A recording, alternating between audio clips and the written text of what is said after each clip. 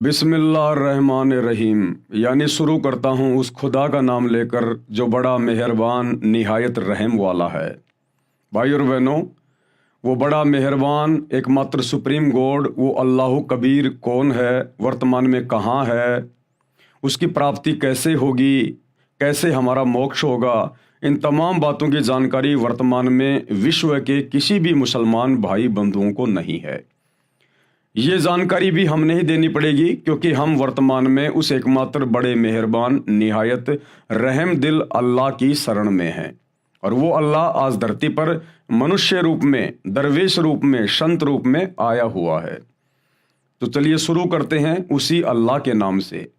परम पिता परमात्मा, सारी सृष्टि के रचनहार, कुल मालिक, असंख्य ब्रह्मांडों के स्वामी, जगत गुरु, तीनों लोकों में प्रवेश करके सबका भरण पोषण करने वाले, राजाधिराज, आत्माधार, नाथों के नाथ, देवों के देव महादेव, सर्वेश्वर, महेश्वर, मृत्युंजय, अजरो अमर, आदि अनादि, सनातनी प्रभु, जगत पिता जगदीश्वर, श्री श्री 1008 की उपाधि के वास्तविक अधिकारी, अकाल मूर्त सौद स्वरूपी राम वासुदेव सर्वगतम ब्रह्म, परम पूज्य, प्रथम पूज्य, परम संत, परम पुरुष, परम धनी, परम दयालु, सत्य कबीर, हक्का कबीर, अल्लाह कबीर, बाखबर अल्लाह ताला, जगत के तारणहार, जगत के मुक्तिदाता, जगत के जगन्नाथ, हारे के सहारे, हिंदुओं के राम, मुसलमानों के अल्लाह, सिखों के वाहिगुरु, ईसाइयों के मसीह, दया के सागर दया निधि, करुणा के सागर करुणा निधि, स्वयं भू परिभू, संकट मोचन, कष्ट हरण, मंगल करण, दुख भंजन, अविगत कबीर, निर्विकार निर्विषम परमात्मा, अलय अलेख सतगुरु, आदि अनादि सतगुरु, असली मर्यादा पुरुषोत्तम, असली राम, असली कृष्ण, असली घनश्याम, असली मुरारी, राजाओं के राजा, महाराजाओं के महाराजा, शहनशाहों के शहनशाह, सम्राटों के सम्राट, भगवानों के भगवान, अल्लाहों के अल्लाह, प्रभुओं के प्रभु, मसीहाओं के मसीह, सच्चे वाहिगुरु, बाबाओं के बाबा, पीरों के पीर, सेठों के सेठ, जगत सेठ, सावड़सा सेठ, सर्वगुण संपन्न, अनंत कोटि कलाओं के स्वामी, अनंत कोटि ब्रह्मांडों के नायक, योगियों में महायोगी, ध्यानियों में महाध्यानी, सिद्धों में परम सिद्ध, ज्ञानियों में तत्व ज्ञानी, ब्रह्म ज्ञानी, महाज्ञानी, परम ज्ञानी, सर्वश्रेष्ठ ज्ञानी, विज्ञानी, युवा कबीर, समरथ कबीर, असमवात, अमित ओजा, सच्चे रहनुमा, करीम अल्लाह, सुभान अल्लाह, दुनिया के अंतिम पैगंबर, 8 सितंबर 1951 से गांव धनाना, जिला सोनीपत, हरियाणा, भारतवर्ष की पावन भूमि पे प्रकट रियल कल की भगवान श्री नारायण साकार हरि, श्री बाबा साहेब नूर अनंत परमात्मा, संत शिरोमणि सतगुरु रामपाल जी परमेश्वर जी के चरण कमल में लाइव वीडियो देख रहे देश विदेश से आप और हम सभी भाई बहनों का अनंत कोटि दंडवत प्रणाम। भाई और बहनों, वो बड़ा मेहरबान निहायत रहम वाला अल्लाह कौन है? वो स्वयं आज संत रूप में भारतवर्ष की पावन भूमि पे प्रकट है और उनका पवित्र नाम है परमपिता परमेश्वर सतगुरु रामपाल जी। यही वो एकमात्र अल्लाह है, खुदा है, सुप्रीम गॉड है, जिसे वर्तमान में मुसलमान समाज के भाई बहनों ने ये कहकर रिजेक्ट कर रखा है कि अल्लाह दिखाई नहीं देता, अल्लाह कभी धरती पर मनुष्य रूप में नहीं आता, अल्लाह खाता नहीं, अल्लाह पीता नहीं, अल्लाह साकार नहीं है, अल्लाह तो बेचून है, निराकार है।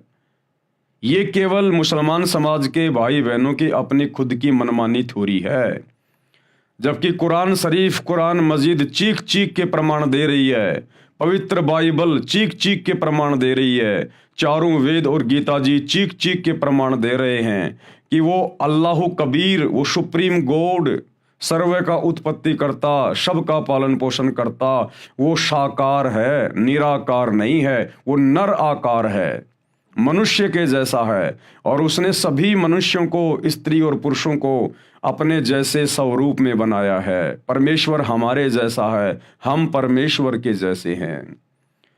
तो ये गलती धर्म के ठेकेदारों की है, मुसलमान धर्म के मुल्ला मौलवियों की, काजियों की, हिंदू धर्म के आचार्य और शंकराचार्यों की, धर्म गुरुओं की, जो अपने धर्म के सदग्रंथों को सही प्रकार से समझ नहीं पाए, क्योंकि उन्हें कोई तत्वदर्शी संत नहीं मिला।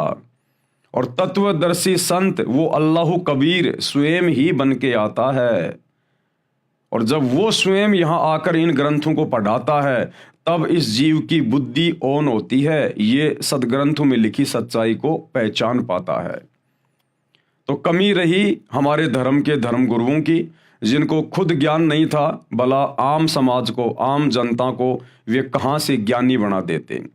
लेकिन आज उस एकमात्र अल्लाह, सुप्रीम गॉड, इबादत कबीरा, उन्होंने स्वयं धरती पर आकर अपना अनमोल तत्व ज्ञान देकर बच्चे बच्चे को विद्वान बना दिया, बच्चे बच्चे को। और अब उन्होंने अपने कर कमल से पवित्र पुस्तक, एकमात्र आसमानी पुस्तक मुसलमान समाज के लिए, जो अल्लाह ने स्वयं धरती पर आकर अपने कर कमल से लिखी है, मुसलमान नहीं समझे ज्ञान कुरान। अब इस पुस्तक के माध्यम से आप लोगों तक जानकारी पहुंच रही है कि अल्लाह धरती पर है और साकार है, और जितना जल्दी हो सके उनकी शरण में आ जाइए, अन्यथा 2028 युग परिवर्तन का समय है, महाविनाश दरवाजे पे खड़ा है। तो भाई और बहनों, इस पवित्र पुस्तक के ऊपर 5 वीडियो बन चुके हैं, आज हमारा 6 नंबर का वीडियो है। यदि आपने अभी तक पिछले वीडियो नहीं देखे हैं तो आपको ज़रूर देखने चाहिए, क्योंकि उनको देखे बिना आप जी आगे की वीडियो समझ नहीं पाएंगे। तो पिछले वीडियो में गुरुदेव भगवान ने जिक्र किया कि किस प्रकार से सभी धर्मों की पवित्र पुस्तकों में मांस खाने का उस एकमात्र इबादत कबीरा, कबीर परमेश्वर की तरफ से कोई आदेश नहीं है किसी को भी। और यदि मांस खाने का आदेश यदि बाद में इन पुस्तकों में लिखा गया है, चाहे वो मुसलमानों की हो चाहे हिंदुओं की हो, तो इस शैतान के द्वारा, इस डुप्लीकेट अल्लाह के द्वारा, इस काल के द्वारा ये आदेश दिए गए हैं फरिश्तों के माध्यम से। और शैतान के द्वारा जो आदेश दिए गए हैं, उन आदेशों को हमने बिल्कुल भी स्वीकार नहीं करना है। जबकि परमपिता परमेश्वर ने, जिन्होंने सारी सृष्टि की उत्पत्ति की, जो ओरिजिनल अल्लाह है, सुप्रीम गॉड है, जिनके विषय में सूरत फुरकानी 25 आयत नंबर 52 से 59 में कुरान मजीद में लिखा हुआ है कि उस परमेश्वर ने 6 दिन में आसमान और जमीन के दरमियान जो भी कुछ था उसको बनाया, और 7वें दिन अपने तख्त पर बैठकर विश्राम किया। तो उस परमेश्वर ने, अल्लाह कबीर ने 6 दिनों में किसी भी आत्मा को मांस खाने का या जीव हत्या करने का कोई आदेश नहीं दिया। उस परमेश्वर के सतलोक में सिंहासन पर जाकर बैठने के बाद इस शैतान ने फिर आगे जो आदेश दिया है, उस आदेश को हमने फॉलो नहीं करना है। और आज गुरुदेव हमें बता रहे हैं कि किसी भी धर्म के किसी भी महापुरुष ने, जो कि धर्म के अगुवा रहे हैं, उन्होंने मांस भक्षण नहीं किया। तो मुसलमान धर्म के जो अंतिम पैगंबर माने जाते हैं हज़रत मोहम्मद जी, उन्होंने अपने जीवन में कभी मांस को छुआ भी नहीं, खाना तो बहुत दूर की बात है। फिर आज वर्तमान का मुसलमान समाज कैसे कह सकता है कि हम हज़रत मोहम्मद जी के फॉलोवर हैं, हम हज़रत मोहम्मद जी के नियम और मर्यादाओं में चल रहे हैं, हम उनकी शिक्षाओं में चल रहे हैं। एक भी मुसलमान हज़रत मोहम्मद की शिक्षाओं में वर्तमान में नहीं चल रहा है। तो गुरुदेव आज बता रहे हैं नबी हज़रत मोहम्मद के विषय में, वो मांस खाया करते थे या नहीं खाया करते थे। ये पवित्र पुस्तक है मुसलमान नहीं समझे ज्ञान कुरान, और इसका पेज नंबर 18+ पार्ट नंबर 6। हजरत मोहम्मद जी मांस नहीं खाते थे।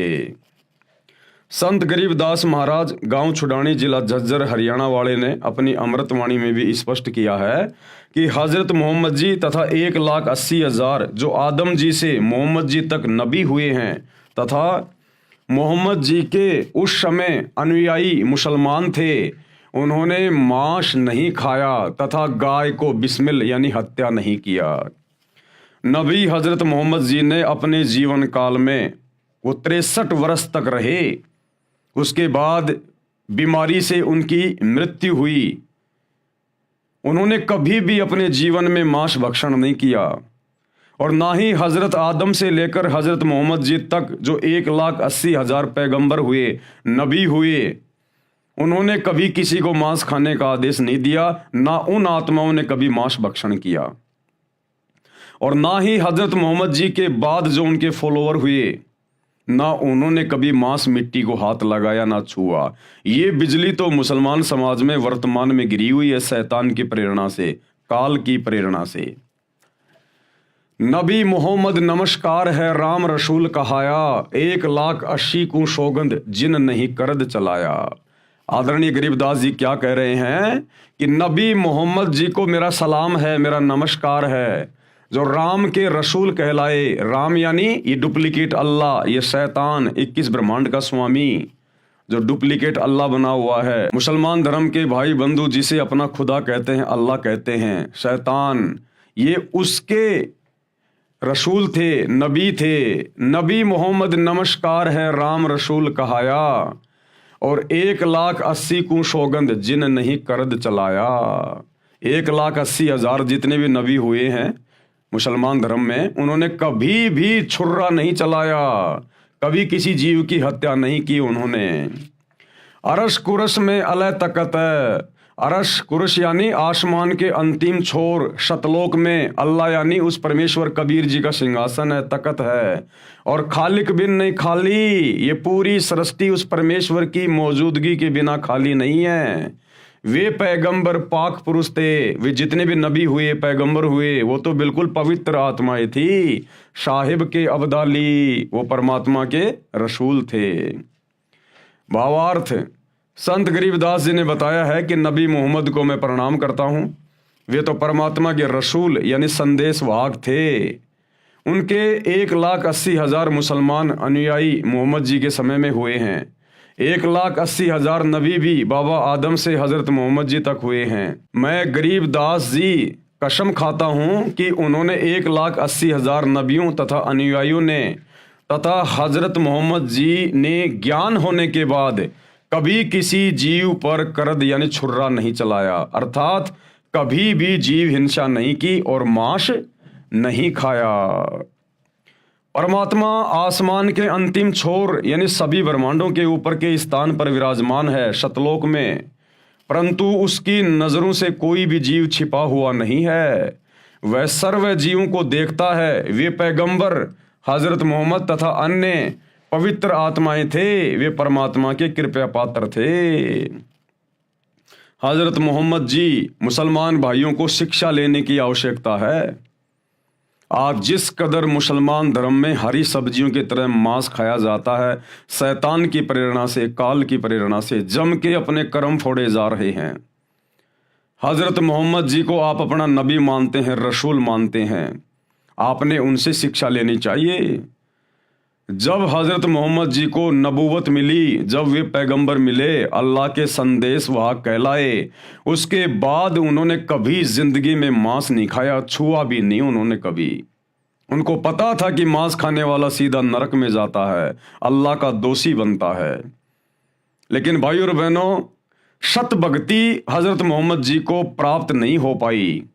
उनको परमात्मा कबीर जी, अल्लाह कबीर जरूर मिले थे जिंदा बाबा के रूप में, लेकिन हजरत मोहम्मद जी ने उनकी भक्ति को सही प्रकार से नहीं निभाया।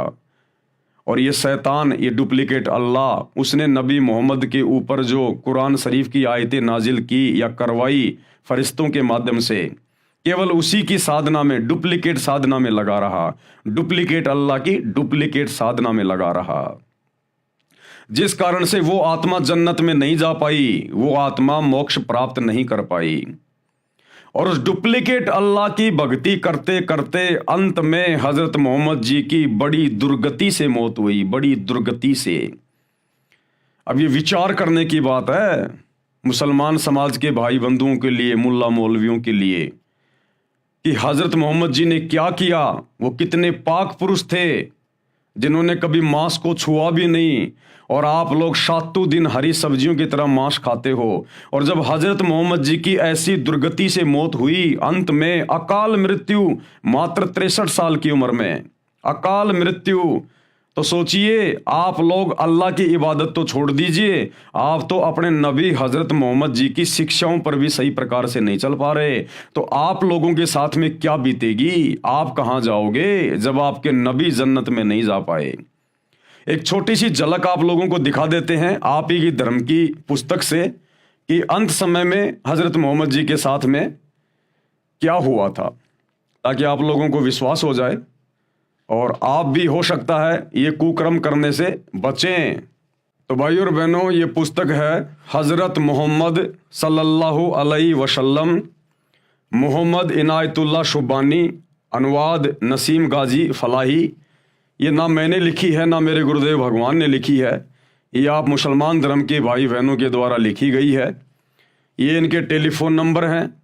Medina Islamic book depot centre 273 Ramganj बाजार जयपुर, ये उनके मोबाइल नंबर हैं। मालिक अब्दुल मुजीब है, ये वहाँ से लाई गई है। मरकजी मकतबा इस्लामी पब्लिशर्स नई दिल्ली, ये पिन कोड नंबर हैं। कहाँ से छपी है, ये कॉपीराइट वगैरह सब कुछ देख सकते हैं। ये आपको इसलिए दिखाया जा रहा है ताकि आप लोगों को विश्वास हो कि वास्तव में हमारे धर्म की पुस्तकों में क्या लिखा है और हम लोग क्या साधना कर रहे हैं। तो ये हज़रत मोहम्मद जी की जीवनी है और पेज नंबर 326 से आप इसको पढ़ सकते हैं। पेज नंबर 326 से। तकलीफ बहुत बढ़ गई, यानी अंत समय में हज़रत मोहम्मद जी को इतनी ज़्यादा तकलीफ हो गई, उनसे खड़ा भी नहीं हुआ जाता था। मात्र 63 साल की उम्र में, मात्र 63 साल की उम्र में उनकी अकाल मृत्यु हुई।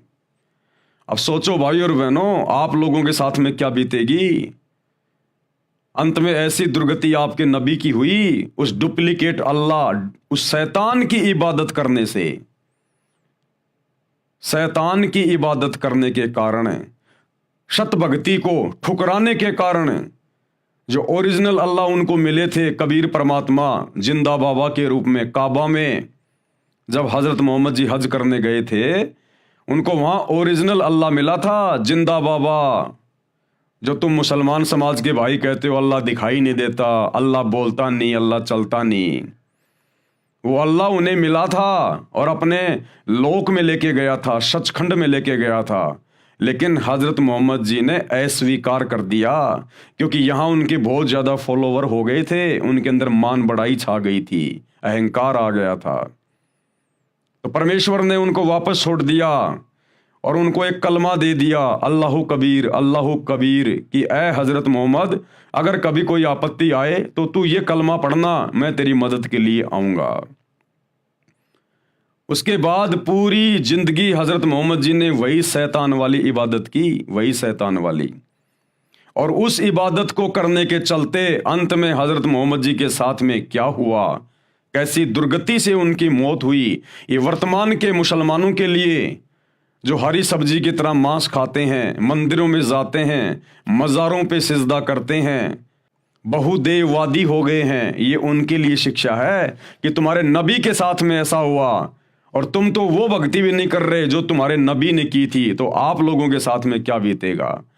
तकलीफ बहुत बढ़ गई, बुखार इतना तेज हुआ कि पूरा शरीर जलने लगा। चहेती बेटी फातिमा रोज बाप की खिदमत में यानी सेवा में हाजिर होती। आप उन्हें देखकर शने से खड़े हो जाते, उन्हें चूमते और अपने पास बिठा लेते। आज बला की बेचैनी थी, उस दिन हज़रत मोहम्मद को ज़बरदस्त बेचैनी थी, बड़ी पीड़ा हो रही थी, कमज़ोरी भी बहुत ज़्यादा थी। हज़रत फातिमा आई तो आप उठकर प्यार ना कर सके, अपनी बेटी को भी प्यार ना कर सके, इतने ज़्यादा बीमार हो गए थे, उठने की हिम्मत भी नहीं थी, कमज़ोरी बहुत ज़्यादा थी। हज़रत फातिमा आई तो आप उठकर प्यार ना कर सके, वे पास आई, स्वयं उन्होंने आपको चूमा और पहलू में बैठ गई। बुखार इतना तेज था कि बार बार आप सलल बेहोश हो जाते। देख लो भाई और बहनों, शैतान की इबादत का नतीजा हज़रत मोहम्मद के साथ में ये बीता, आप लोगों के साथ क्या होगा। पास ही एक बर्तन में ठंडा पानी था, आप उसमें हाथ डालते और चेहरे पर मलते, बेचैनी बहुत थी। ठीक उसी वक्त आपके होठ हिले और कानों में ये शब्द सुने, यहूदियों और ईसाइयों पर अल्लाह की लानत हो कि वे अपने पैगंबरों की कब्रों पर सजदे करने लगे। सोमवार की रात हुई तो बुखार कम हो गया, ऐसा लग रहा था मानो बुखार जाता रहा।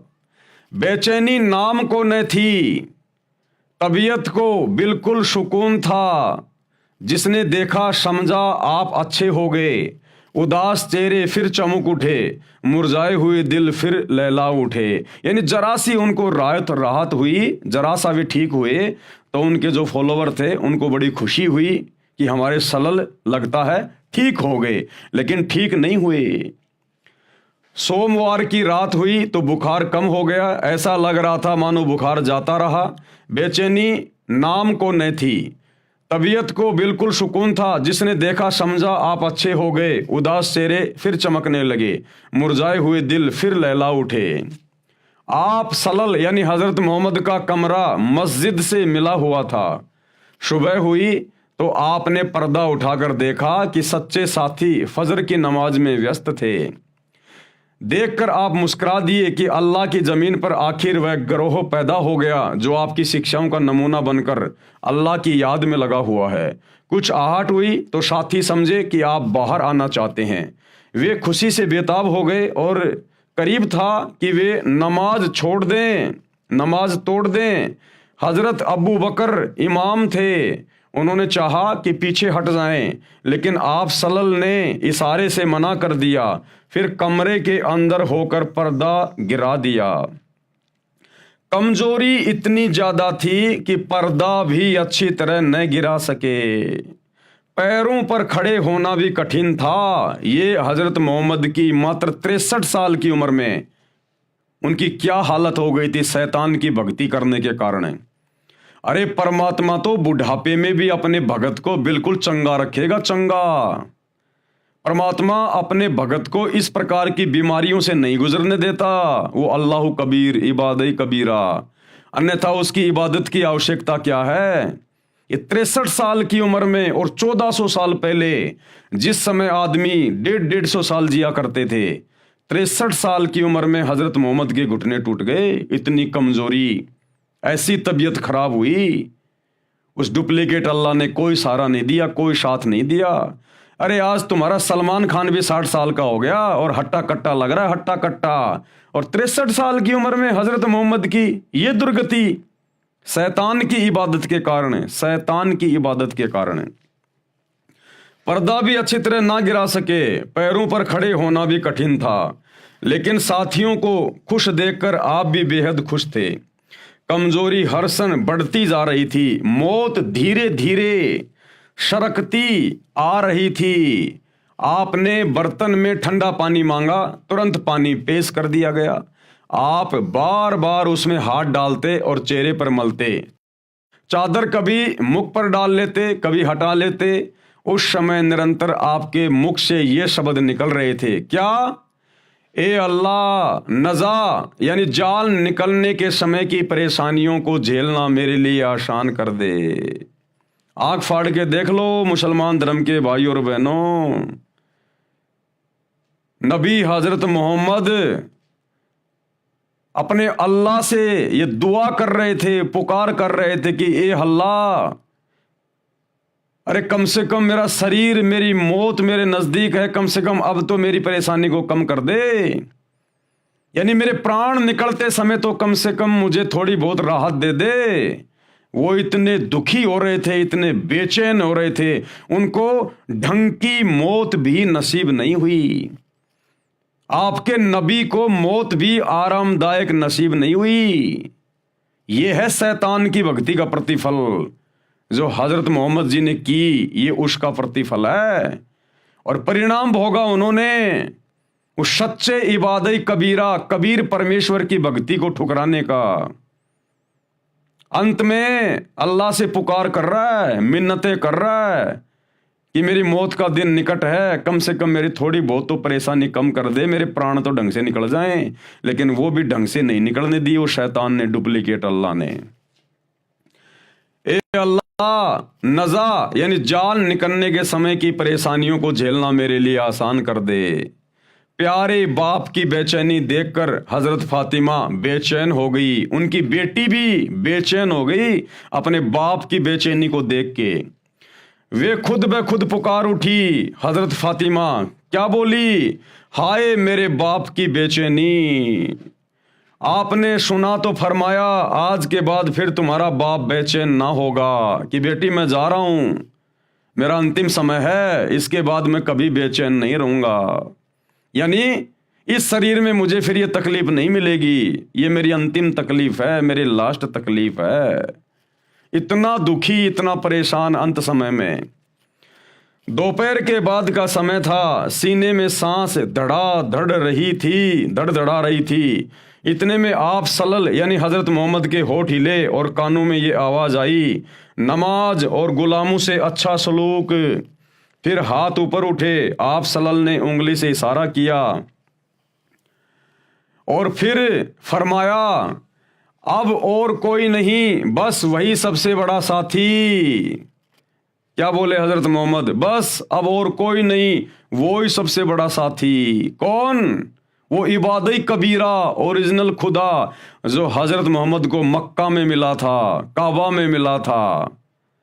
क्योंकि हजरत मोहम्मद ने देख लिया कि मैंने शैतान की इबादत की पूरी जिंदगी और अंत में मुझे मौत भी ढंग की नसीब नहीं हो रही, इतनी भयंकर बेचैनी मुझे हो रही है।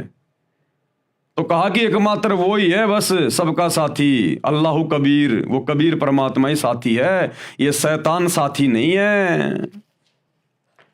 अब और कोई नहीं, बस वही सबसे बड़ा साथी।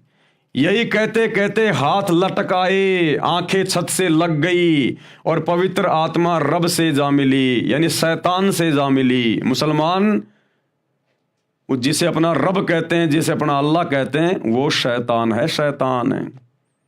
अब ये देख लो अंत समय में हजरत मोहम्मद की हालत। अरे भक्ति क्यों की जाती है, इबादत क्यों की जाती है? ये दुनिया मंदिरों में मस्जिदों में धक्के क्यों खा रही है? ये भगवान के लिए पैदल जाती है लंबे लंबे रास्ते तय करके, क्यों? सुख शांति के लिए। जब तक जिए तब तक घर परिवार में सुख शांति रहे, कारोबार ठीक ठाक चले, बाल बच्चे सलामत रहे, शरीर सलामत रहे, और अंत में ये शरीर आसानी से छूट जाए। इसीलिए तो दुनिया भक्ति करती है। और देख लो हजरत मोहम्मद जी की अंत समय में क्या हालत हुई। तो वर्तमान के मुसलमानों को एक शिक्षा है कि तुम लोग तो वो साधना भी नहीं कर रहे जो हजरत मोहम्मद ने की थी। उस पवित्र आत्मा ने कभी जिंदगी में मांस को छुआ नहीं, कभी ब्याज लिया नहीं, कभी झूठ बोला नहीं। और आप मुसलमान क्या कर रहे हो वर्तमान में? उनकी एक भी शिक्षा पर नहीं हो, तो सोचो तुम्हारे साथ में क्या होगा, यहां भी और शरीर छोड़कर जाने के बाद भी।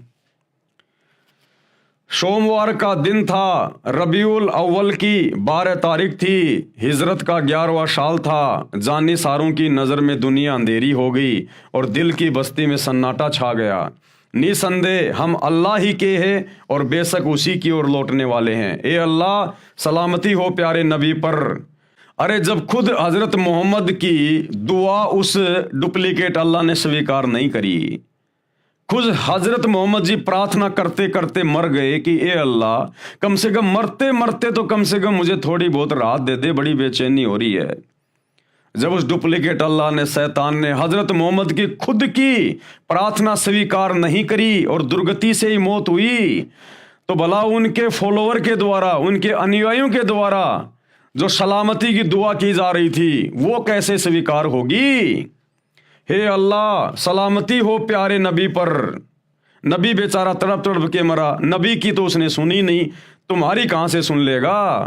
उनकी संतान पर और उनके सब साथियों पर। इंतकाल के समय आप सल्लल्लाहु की उम्र 63 साल थी, मात्र 63 साल। अकाल मृत्यु हुई, अकाल मृत्यु। जबकि भक्ति करने वालों की, सच्चे खुदा की सच्ची इबादत करने वालों की, आजीवन मर्यादा में रहने वालों की कभी भी अकाल मृत्यु नहीं होती है। अंत समय में भगत की मौत ऐसे होती है जैसे पका हुआ आम का फल जरा सी हवा लगते पेड़ से नीचे गिर जाता है। तो अंत समय में भगतों की ऐसे मृत्यु होती है। दुनिया वालों की तरह हॉस्पिटल में तड़प तड़प के, एक्सीडेंट में इस प्रकार से मृत्यु नहीं होती, अन्यथा भक्ति की क्या आवश्यकता। लेकिन ये दुनिया जानती तो नहीं कि भक्ति क्या है, भगवान क्या है। अगर जानना है तो सतगुरु रामपाल जी के यूट्यूब पर सत्संग सुनना शुरू कर दो, जल्द से जल्द उनकी शरण में आ जाओ, वरना 2028 युग परिवर्तन का समय है। ये शैतान, ये काल जिसने नबी को नहीं बख्शा, ये वर्तमान के लोगों को कहां बख्शेगा जिनका कोई दीन धर्म नहीं है। अभी 2-3 दिन पहले थाईलैंड में, म्यांमार में भूकंप आया 7.7 रिएक्टर का, सैकड़ों बिल्डिंगें धराशायी हो गई, हजारों लोग अकाल मौत मर गए। आने वाले समय में 15-15 स्केल रिएक्टर के भूकंप आएंगे, 15-15। तब कहां जाओगे, किसको पुकारोगे? अरे थाईलैंड के मुसलमान क्या अल्लाह की भक्ति नहीं करते, क्या इबादत नहीं करते? ये शैतान किसी को नहीं बख्शता। जब नबियों को नहीं बख्शा तो औरों की क्या औकात है? इसलिए भाई और बहनों, ये आपकी आंखों के सामने है, ये प्रमाण आपको दिखा दिया गया है। मानो तो ठीक और ना मानो तो ठीक, भाई हमारा जो कर्म है वो हम कर रहे हैं। तो हजरत मोहम्मद जी ने कभी मांस को छुआ भी नहीं, और वर्तमान के मुसलमान आज 7 दिन मांस खाते हैं, तो भाई क्या होगा आप लोगों के साथ में? संत जंभेश्वर महाराज जी के विचार, यानी हजरत मोहम्मद जी को लेकर संत जंभेश्वर जी महाराज एक राजस्थान में संत हुए हैं, वो क्या कुछ कह रहे हैं। इसी बात की गवाही संत जंभेश्वर जी महाराज विष्णोई धर्म के प्रवर्तक ने दी है शब्द संख्या 12 में। महमद महमद न कर काजी, महमद का तो विषम विचारूं। महमद हाथ करद ना होती, लोहे घड़ी नसारू। महमद साथ पयंबर सीधा, 1,80,000। और महमद मर्द हलाली होता, तुम ही भये मुर्दाऊ। भावार्थ किया गुरुदेव ने। संत जंभेश्वर जी ने बताया है कि हे काजी, आप उस पवित्र आत्मा मोहम्मद जी का नाम लेकर जो गाय या अन्य जीवों को मारते हो, उस महापुरुष को बदनाम कर रहे हो। हजरत मोहम्मद जी के विचार बहुत नेक थे, आप उनके बताए मार्ग से भटक गए हैं। मोहम्मद जी के हाथ में करद यानी जीव काटने का छुर्रा नहीं था, जो लोहे के आयरन पर घण से कूट कर तैयार होता है। हजरत मोहम्मद के साथ 1,80,000 पवित्र आत्माएं मुसलमान अनुयायी थे। वे तथा हजरत आदम से हजरत मोहम्मद तक नबी हुए हैं। वे सीधे साधे थे तथा नेक पैगंबर थे। हजरत मोहम्मद तो सूरवीर हलाल की कमाई करके खाने वाले थे। तुम ही मुर्दारू अर्थात जीव हिंसा करने वाले हो। आप उस महापुरुष के अनुसार अपना जीवन निष्पाप बनाओ, जीव हिंसा मत करो। संत जंभेश्वर को परमात्मा जिंदा महात्मा के रूप में समराथल में मिले थे। कबीर परमात्मा अल्लाह कबीर संत जंभेश्वर जी को भी मिले थे जिंदा बाबा के रूप में। जैसा कि वेदों में प्रमाण है कि परमात्मा सतलोक में रहता है, वहां से गति करके पृथ्वी पर प्रकट होता है, अच्छी आत्माओं को मिलता है, उनको आध्यात्मिक यथार्थ ज्ञान देता है, कवियों की तरह आचरण करता हुआ पृथ्वी पर विचरता है। जिस कारण से प्रसिद्ध कवियों में भी एक कवि होता है, वह कवि की उपाधि प्राप्त करता है। परमात्मा गुप्त भक्ति के मंत्रों को उद्घृत करता है यानी आविष्कार करता है, जो वेदों व कतेबों आदि आदि पोथियों में नहीं होता। कृपया इन मंत्रों का अनुवाद देखें फोटो कॉपी में इसी पुस्तक के पेज नंबर 140 पर। यह प्रमाण है ऋग्वेद मंडल 9 सूक्त 20 मंत्र 1, ऋग्वेद मंडल 9 सूक्त 86 मंत्र 26 और 27, ऋग्वेद मंडल 9 सूक्त 82 मंत्र 1 और 2, ऋग्वेद मंडल 9 सूक्त 54 मंत्र 3, ऋग्वेद मंडल 9 सूक्त 94 मंत्र 1, ऋग्वेद मंडल 9 सूक्त 95 मंत्र 2, ऋग्वेद मंडल 9 सूक्त 96 मंत्र 17 से 20। जैसा कि पूर्व में लिख दिया है कि हजरत मोहम्मद जी तथा अन्य कई महात्माओं को परमात्मा जिंदा महात्मा के रूप में मिला था, उसी प्रकार महात्मा जंभेश्वर जी महाराज को समराथल में जिंदा संत के रूप में परमात्मा मिले थे। कबीर जी। प्रमाण श्री जंभेश्वर जी की वाणी संख्या 50 का कुछ अंश। दिल दिल आप खुदाए बंद जाग्यो, सब दिल जाग्यो सोई। जो जिंदो हज काबे जाग्यो, थल सिर जाग्यो सोई। नाम विष्णु के मुश्किल गाल रे, ते काफिर शैतानी। हिंदू होय का तीर्थ नावे, पिंड भरावे ते पण रहा इवाणी। तुर्क होए हज काबो धोके, भूल्या मुसलमानी। के पुरुष अवर जागेला, थल जाग्यो निजवाणी। गुरुदेव ने क्या अर्थ किया है? श्री जंभेश्वर महाराज जी ने बताया है कि जो परमात्मा जिंदा महात्मा के रूप में हजरत मोहम्मद जी को काबा यानी मक्का में उस समय मिला था, जिस समय मोहम्मद जी हज के लिए मक्का में बनी मस्जिद काबा में गए थे और उनको जगाया था कि मंदिर मस्जिद आदि तीर्थ स्थानों पर चक्कर लगाने से परमात्मा नहीं मिलता।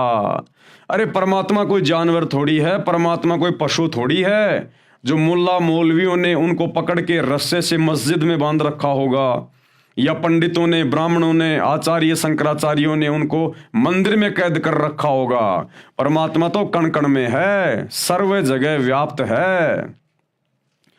परमात्मा प्राप्ति के लिए मंत्र जाप की आवश्यकता है, और वे मंत्र वर्तमान में पूरे विश्व में जो सूर अशूरा 42 आयत नंबर 1 और 2 में ऐन सीन काफ, ये जो 3 मंत्र लिखे हुए हैं, और गीता अध्याय 17 श्लोक 23 में ओम तत् सत, ये 3 मंत्र लिखे हुए हैं।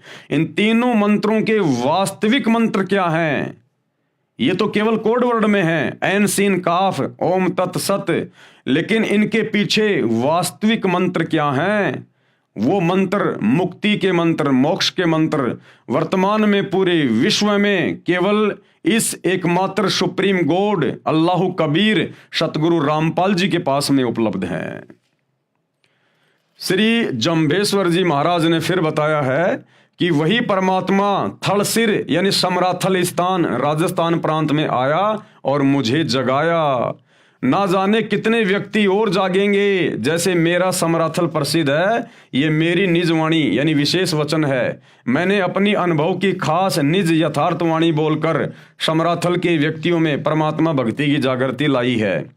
सत्य से दूर होकर मुसलमान अभी भी काबे में हज करने जाते हैं, वहां धोख लगाते हैं यानी सिजदा करते हैं, पत्थर को सिजदा करते हैं जो व्यर्थ है। इसी प्रकार हिंदू भी तीर्थ पर जाते हैं, भूतों की पूजा करते हैं, पिंड भराते हैं, ये सब व्यर्थ साधना है। कुरान ज्ञान दाता के मांस आहार के विषय में निर्देश। कुरान ज्ञान दाता यानी कुरान का ज्ञान देने वाला। अब कुरान का ज्ञान दिया डुप्लीकेट अल्लाह ने, डुप्लीकेट खुदा ने, इस शैतान ने हजरत मोहम्मद जी को। तो मांस खाने को लेकर इस शैतान ने क्या कुछ फरमान जारी किया है अपनी तरफ से, हम सबके कर्म फुड़वाने के लिए, हमें नरक में ठोकने के लिए, 84 लाख योनियों में गधे कुत्ते शुअर बनाने के लिए, हमें कष्ट देने के लिए इस डुप्लीकेट अल्लाह ने कुरान में कहा, किन किन आयतों में और कैसे कैसे किन किन जानवरों का मांस खाने का आदेश दिया है। ये इसी प्रकार से जीवों को भ्रमित करता है। उस अल्लाह कबीर ने, सुप्रीम गॉड ने कोई मांस खाने का आदेश नहीं दिया, पहले आप जी पढ़ चुके हैं। उसने तो 6 दिन में आसमान और धरती के बीच में जो भी कुछ था उसको बनाया और 7वें दिन तख्त पे जा बैठा। और पवित्र बाइबल में साफ साफ लिखा हुआ है कि उन 6 दिनों में उस अल्लाह ने, सुप्रीम गॉड ने, कबीर जी ने स्त्री और पुरुषों को खाने के लिए क्या आदेश दिया और जानवरों को खाने के लिए क्या आदेश दिया।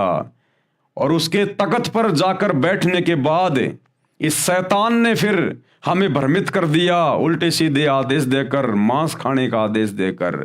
तो जो कुरान का ज्ञान देने वाला है डुप्लीकेट अल्लाह, उसने क्या कुछ लिखा है मांस खाने के विषय में। सूर अल माइदा 5 और आयत नंबर 1, ये डुप्लीकेट अल्लाह, ये शैतान क्या कह रहा है? ऐ लोगो जो ईमान लाए हो यानी मुसलमान बने हो, प्रतिबंधों का पूर्ण रूप से पालन करो यानी मेरी बनाई मर्यादा का पालन करो। और क्या कह रहा फिर ये शैतान, ये कैसे भ्रमित करता फिर देखिएगा। तुम्हारे खाने के लिए चौपाइयों की जाति के सब जानवर हलाल यानी वैध किए हैं। क्या कह रहा ये शैतान कि तुम्हारे खाने के लिए मैंने चौपाइयों की जाति के सब जानवर, चौपाइयों यानी जिनके 4 पैर होते हैं जानवर, मैंने तुम्हारे खाने के लिए वैध कर दिए हैं, जायज कर दिए हैं। तुम 4 पैर वाले जानवरों को काट के खा सकते हो, उनका मांस खा सकते हो। यह शैतान का आदेश है, शैतान का आदेश है। तुम्हारे खाने के लिए चौपाइयों की जाति के सब जानवर हलाल यानी वैध किए हैं, सिवाय उनके जो तुमको आगे चलकर बताएंगे। लेकिन हराम की हालत में शिकार को अपने लिए हलाल न करो, बेशक अल्लाह जो चाहता है हुक्म देता है। जो 4 पांव वाले जानवर खाने के लिए जायज बताए हैं वे हैं ऊंट, गाय, भेड़, बकरी आदि। ये शैतान का फरमान है। सूर माइदा 5 आयत नंबर 3, तुम पर हराम किया गया, यानी जो खाना पाप है, वे जानवर बताए हैं। मुर्दार, खून, सूअर का मांस, वे जानवर जो अल्लाह के सिवा किसी और के लिए ज़बह यानी मारा गया हो, उसको भोग लगा हो, किया गया हो, वह जो गला घुटकर या चोट खाकर या ऊंचाई से गिरकर या टक्कर खाकर मरा हो या किसी हिंसक जानवर ने फाड़ा हो, सिवाय उसके जिसे तुमने जीवित पाकर ज़बह न किया हो, वह किसी स्थान पर ज़बह किया गया हो, यानी जिस स्थान पर अन्य देवी देवताओं की मूर्ति हो, और ये भी तुम्हारे लिए नाजायज़ है, और 500 यानी टोस डाल करके उनके द्वारा अपना भाग्य मालूम करो। ये सारे उपरोक्त काम आदेश उल्लंघन के हैं। ये सारे के सारे आदेश शैतान के हैं, शैतान के। 6 दिन में सृष्टि रचकर वो इबादई कबीरा सुप्रीम कोर्ट तो तख्त पे जाके बैठ गया सिंहासन पर सतलोक में।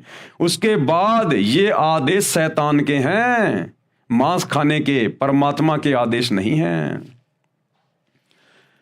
सूरा अल मोमिन 40 आयत नंबर 79, अल्लाह ही ने तुम्हारे लिए चौपाए बनाए हैं ताकि इनमें से किसी पर तुम सवार हो और किसी का गोश्त यानी मांस खाओ। ये शैतान का आदेश है। अल्लाह ने तो ये कहा था कि इस पृथ्वी पर जितने भी जीव जंतु हैं, हे इंसान, तुम उनके ऊपर अपना अधिकार रखना। अधिकार रखने का मतलब कि हे इंसान, जो मैंने तुझे बनाया है नर और नारी करके, तेरे को मैंने विशेष बुद्धि बख्शी है। ये बुद्धि, ये दिमाग अन्य जीव जंतुओं को नहीं है जितनी तुझे है। इसलिए तू अपनी मेहनत करके, अपना पुरुषार्थ करके अपनी रोजी रोटी का बंदोबस्त करना। और तेरे खाने के लिए मैंने जितने भी छोटे छोटे बीज वाले पेड़ हैं और बड़े बड़े जो फल हैं मैंने वो दिए हैं। और तू इन जानवरों पे अधिकार रखना। अधिकार रखने का मतलब है जैसे हम अपने घरों पर गाय रखते हैं, भैंस रखते हैं, तो हमने उनके ऊपर अपना अधिकार किया। हमने उनको समय पे खाना खिलाया, चारा खिलाया, पानी पिलाया, तो वो गाय फिर हमें दूध देती है। दूध से तरह तरह की मिठाइयाँ बनती है, पौष्टिक भोजन बनता है। उस गाय भैंस का गोबर हमारे खेतों में खाद के रूप में काम आता है। वो गाय भैंस हमारे को वो बच्चा देती है, फिर वो खेतों में हल जोतने के काम में आता है। और मरने के बाद उसकी चमड़ी काम आती है पैर के जूते बनाने के लिए। परमेश्वर ने ये नहीं कहा कि तुम जानवरों को खाना काटना, ये नहीं कहा, केवल अधिकार के लिए कहा है। अब जैसे कोई व्यक्ति किसी हॉस्टल में अपने बच्चे को शहर में एडमिशन दिलवा के आ जाए, भाई माता पिता तो 24 घंटे बच्चे के पास रह नहीं सकते, उन्होंने तो गांव में आके अपना काम भी करना है। और बच्चे को कॉलेज में एडमिशन दिलवा दिया और रहने के लिए हॉस्टल में छोड़ के आ गए। और हॉस्टल का जो वार्डन होता है उसको कह दिया कि हम हमारा बच्चा आपके हवाले कर रहे हैं, आप हमारे बच्चे पे अधिकार रखना।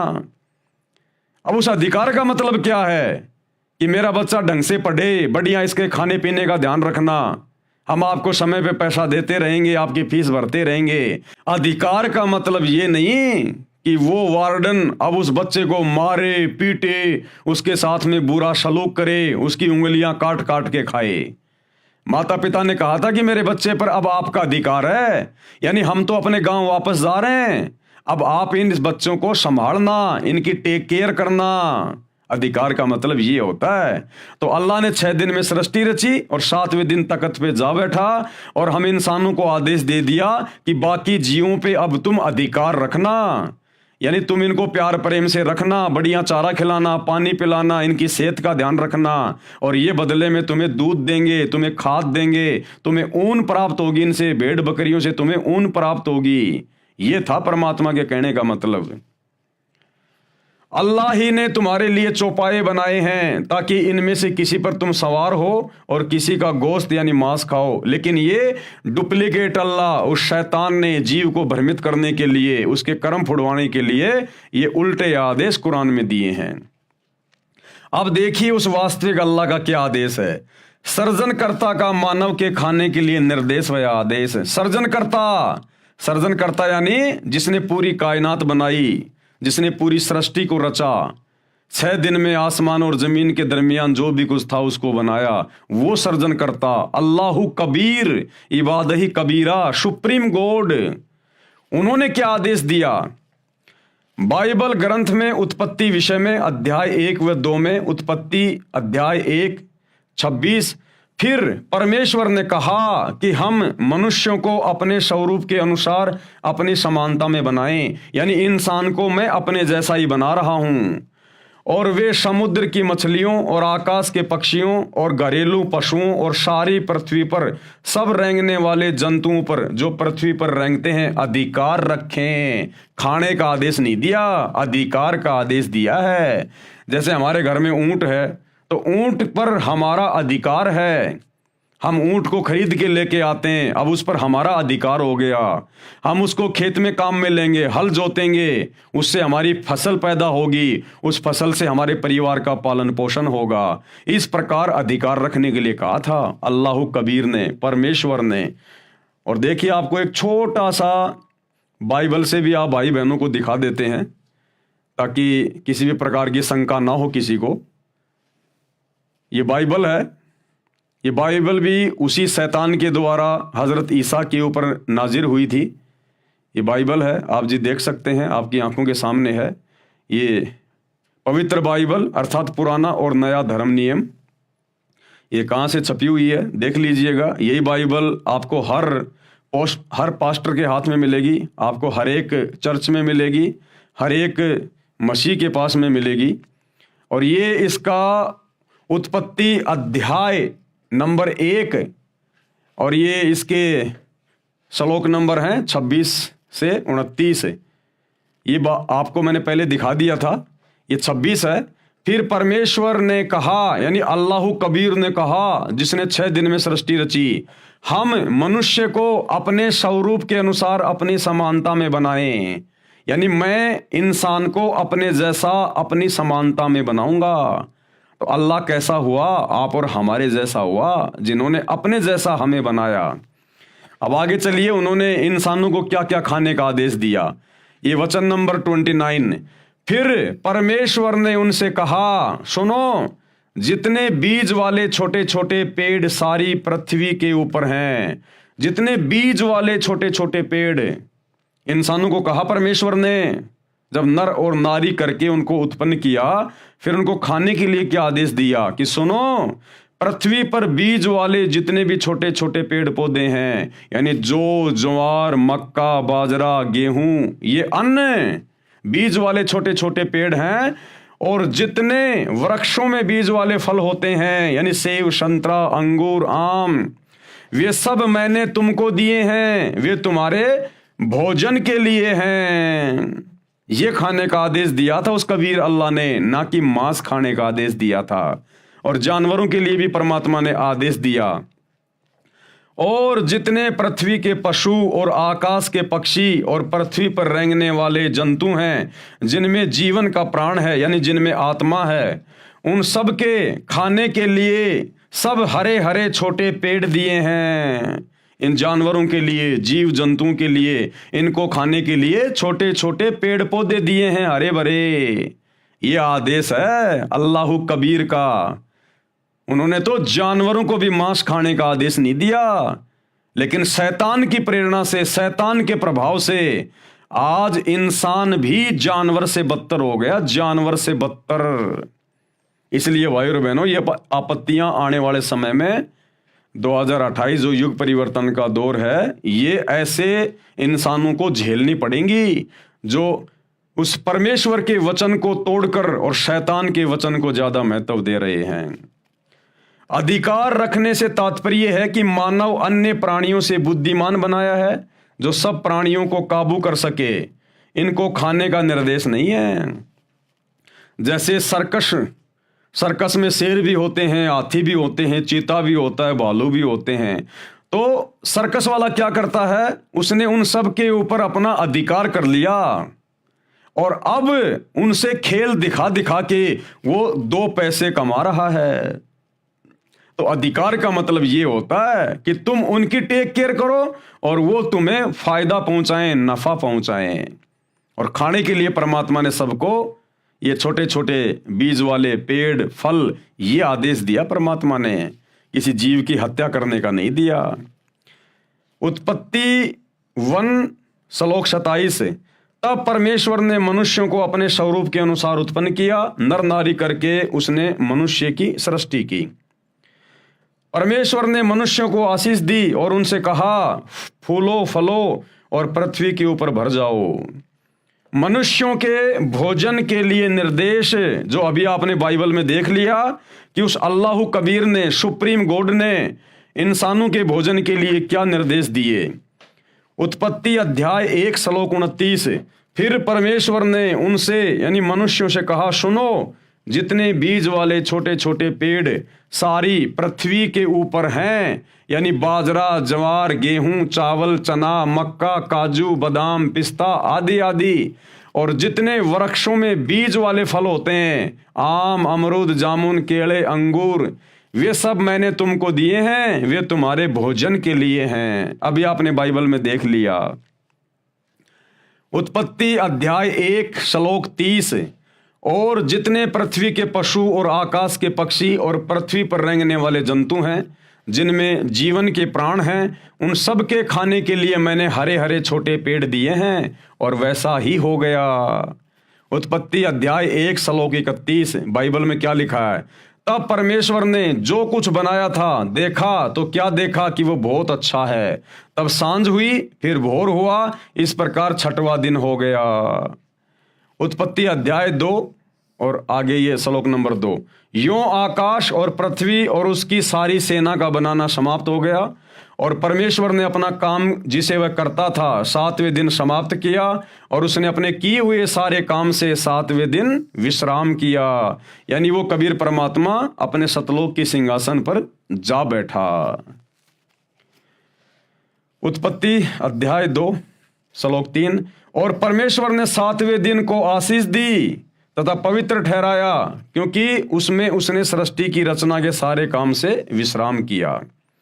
विशेष मानव के भोजन के विषय में यह आदेश उस अल्लाह का, जिसके विषय में कुरान की सूरत फुरकानी 25 आयत नंबर 52 से 59 में वर्णन है कि कबीर अल्लाह ने सर्व सृष्टि की रचना 6 दिन में की, फिर ऊपर आसमान में तख्त यानी सिंहासन पर जा विराजा। उसकी खबर यानी संपूर्ण जानकारी किसी बाखबर यानी तत्वदर्शी संत से पूछो, उससे जानो। अब भैया उसकी जानकारी तो वर्तमान में सतगुरु रामपाल जी परमेश्वर जी के पास में, बाकी पूरे विश्व में किसी के पास नहीं है।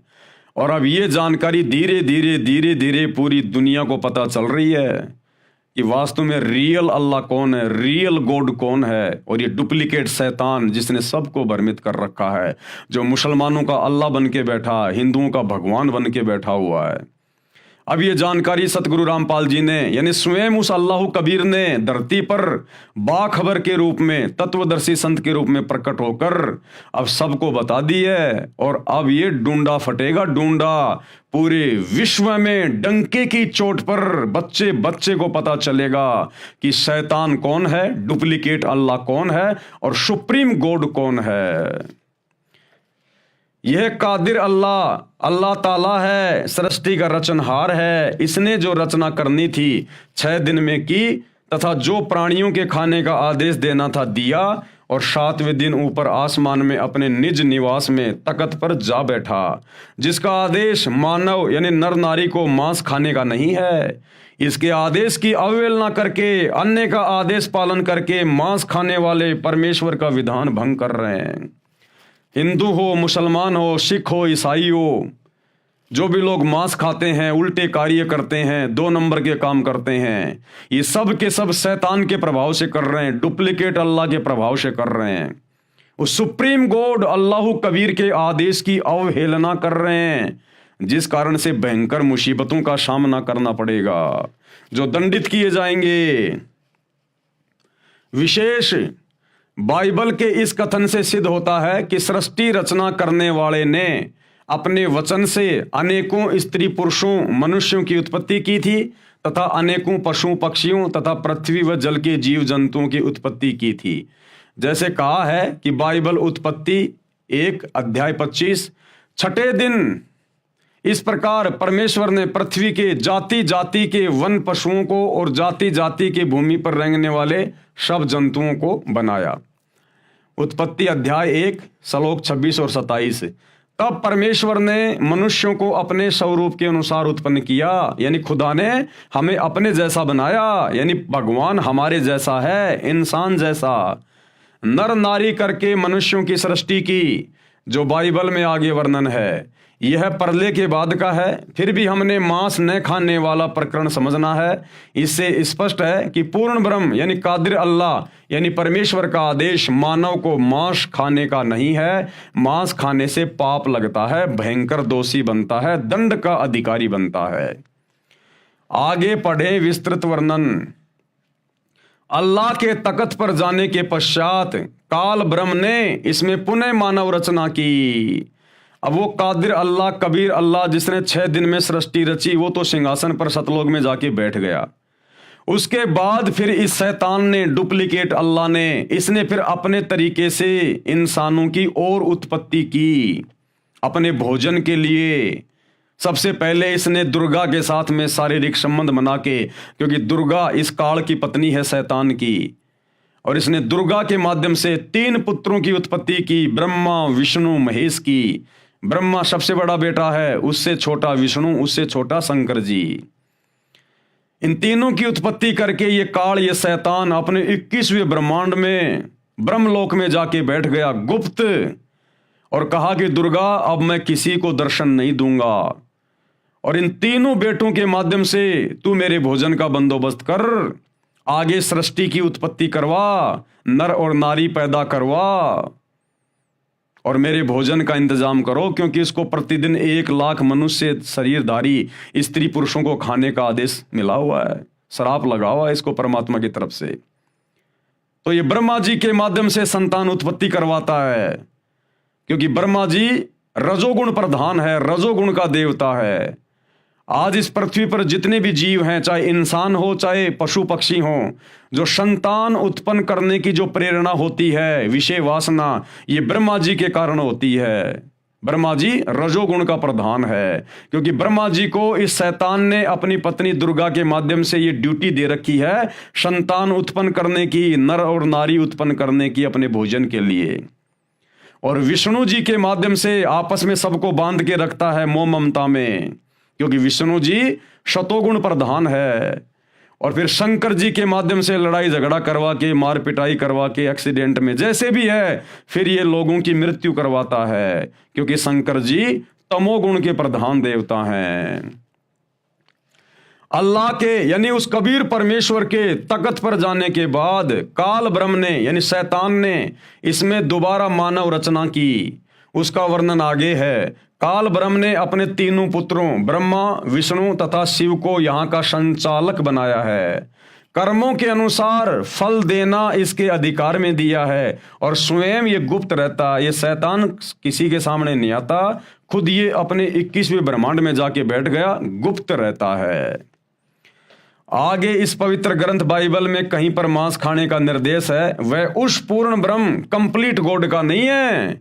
इसी प्रकार यदि पवित्र बाइबल में या पवित्र कुरान में कहीं भी मांस खाने का आदेश है, तो वह पूर्ण ब्रह्म कादिर अल्लाह का नहीं है, वह हमने नहीं मानना है। सूक्ष्म वेद यानी कलाम एक कबीर में कादिर अल्लाह का निर्देश। अब सूक्ष्म वेद में यानी कबीर सागर में और गरीबदास जी के सदग्रंथ साहिब में उस कलाम ए कबीर यानी अल्लाह कबीर सुप्रीम गॉड का क्या आदेश है। हजरत मोहम्मद जी जिस साधना को करता था वही साधना अन्य मुसलमान समाज भी कर रहा है।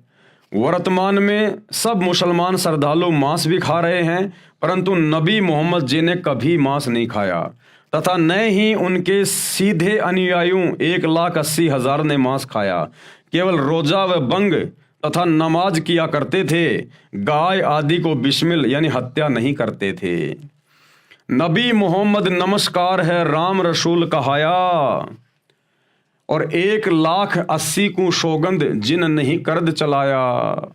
अरश कुरश में अलय तकत है, खालिक बिन नहीं खाली। और वो पागंबर पाक पुरुष थे साहिब के अब्दाली, कि नबी हजरत मोहम्मद और उनके फॉलोवर तो बहुत ही पाक थे, पवित्र थे, उन्होंने कभी मांस को छुआ तक नहीं। भावार्थ, नबी मोहम्मद तो आदरणीय हैं जो प्रभु के अवतार कहलाए हैं, यानी शैतान के। कसम है 1,80,000 पैगंबर हुए हैं, तथा जो उनके अनुयायी थे उनको कसम है कि उन्होंने कभी बकरे, मुर्गे तथा गाय आदि पर करद नहीं चलाया, अर्थात जीव हिंसा नहीं की तथा मांस भक्षण नहीं किया। वे हजरत मोहम्मद, हजरत मूसा, हजरत ईसा आदि पैगंबर संदेश वाहक तो पवित्र व्यक्ति थे तथा ब्रह्म यानी ज्योति निरंजन काल के कृपा पात्र थे।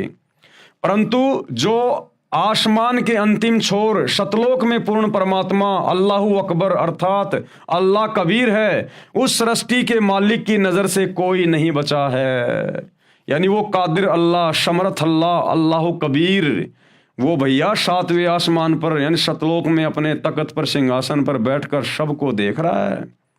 और फिर जो जैसा करेगा उसी के अनुसार फिर वो उसके कर्म लिखता है और उसी के अनुसार फिर जीव को भोगना पड़ता है। तो उस कादिर अल्लाह का जो 7वें दिन तख्त पे जा बैठा, कबीर, जो वर्तमान में सतगुरु रामपाल जी के रूप में धरती पे प्रकट है, उन्होंने कभी किसी को मांस खाने का आदेश नहीं दिया।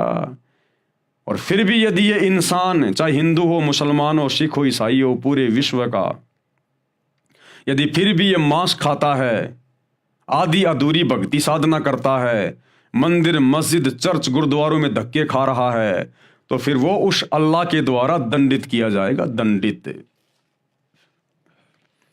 मारी गऊ शब्द के तीरम, ऐसे थे मोहम्मद पीरम, शब्दें फिर जीवाई हंसा राख्या, मांस नहीं बाख्या, ऐसे पीर मोहम्मद भाई। यानी एक बार हजरत मोहम्मद जी ने अपनी वचन शक्ति से, अपने शब्द से एक जिंदा गाय को मार दिया। तलवार से नहीं मारा, अपने वचन से मारा, अपनी शब्द शक्ति से मारा। और उसके बाद जब वो गाय को जिंदा करने लगे तो गाय जिंदा नहीं हो पाई, उनकी बैटरी डिस्चार्ज हो गई, शब्द शक्ति नहीं रही। अब हजारों आदमी देखने वाले, पैगंबर की बेइज्जती हो रही है, पैगंबर के अनुयायी खड़े हैं, गाय जिंदा हो नहीं रही, सारे जंतर मंत्र बोल ली हजरत मोहम्मद ने। अब देखा ये तो बात बिगड़ जाएगी। उस समय हजरत मोहम्मद जी ने जो जिंदा बाबा के रूप में उनको काबा में वो कबीर परमात्मा मिला था, उनको याद किया, गुफा में जाके रो रो के अल्लाहु कबीर, अल्लाहु कबीर। और मुसलमान भाई कहते हैं ना अल्लाहु अकबर, अल्लाहु अकबर का मतलब होता है अल्लाहु कबीरू, अल्लाहु कबीर, अकबीर।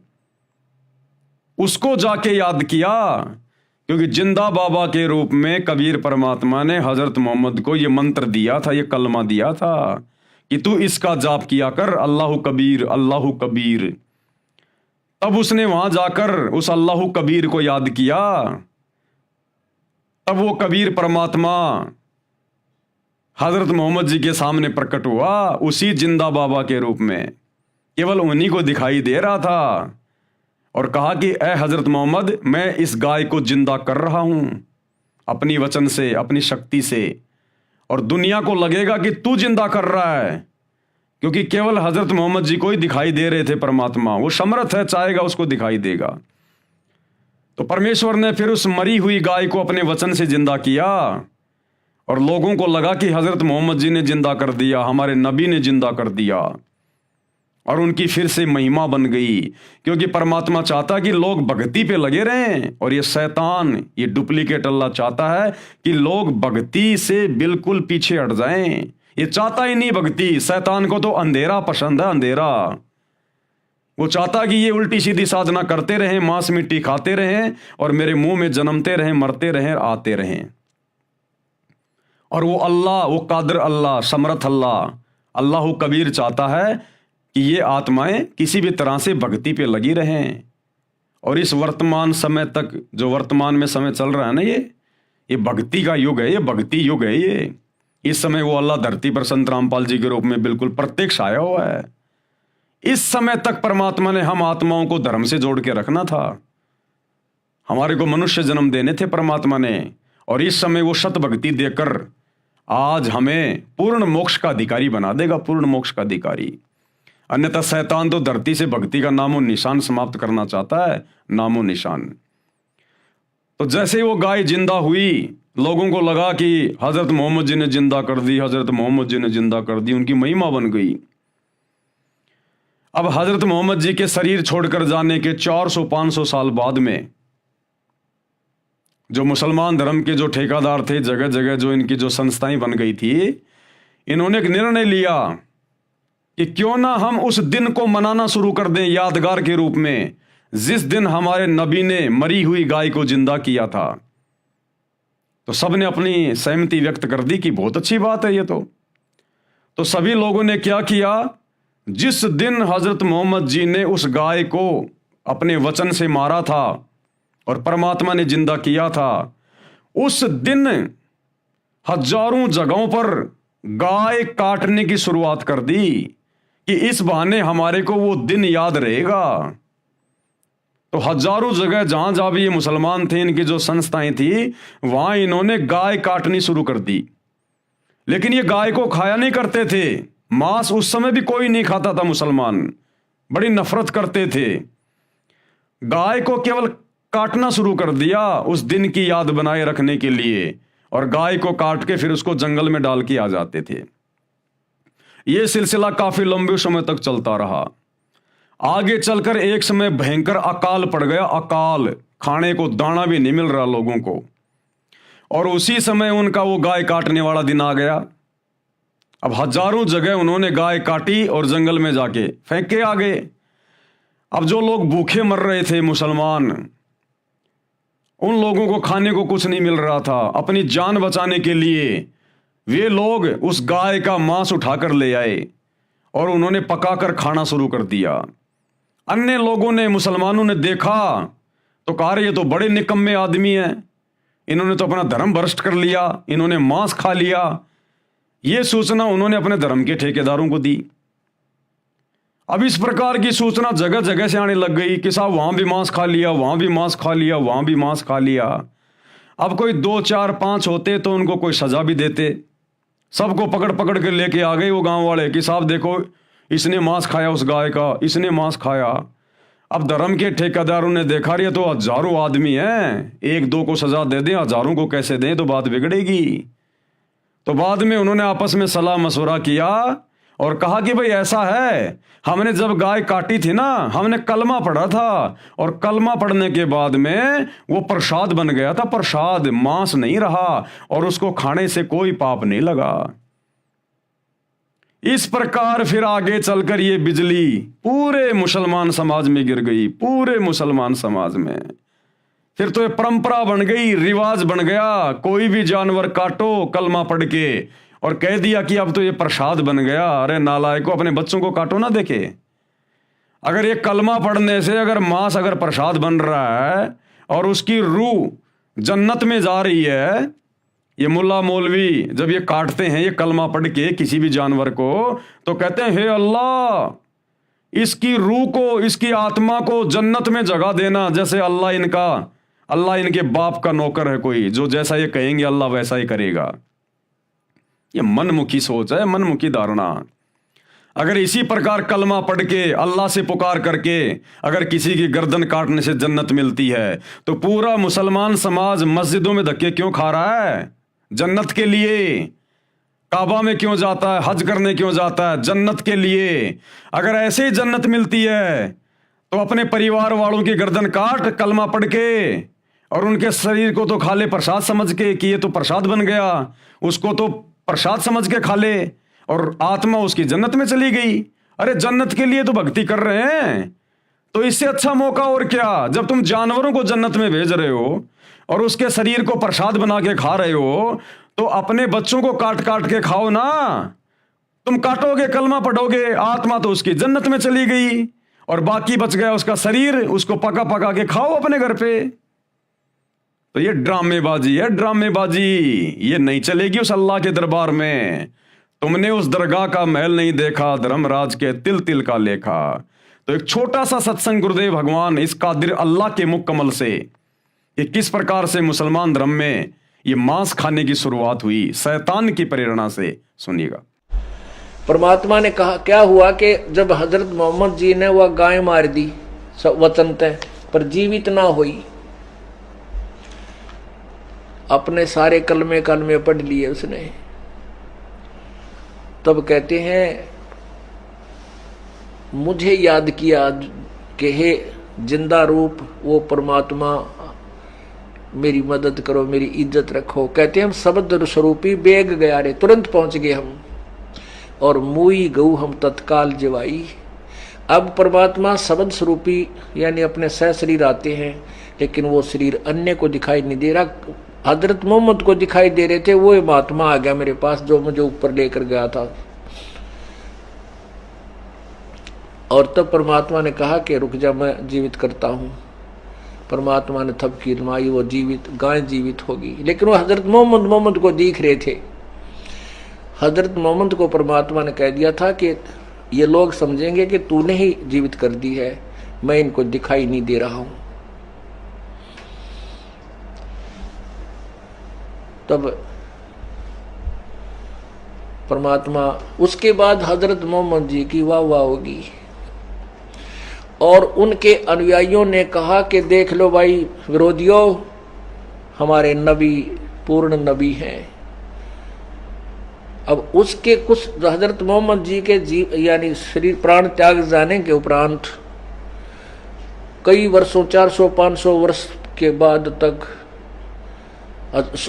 कुछ दिनों के बाद कुछ मुसलमान लोगों ने इकट्ठा होकर के एक स्कीम बनाई कि भी हमारे हजरत मोहम्मद जी ने जिस दिन गाय मार कर जीवित की थी उस दिन को मनाया करेंगे।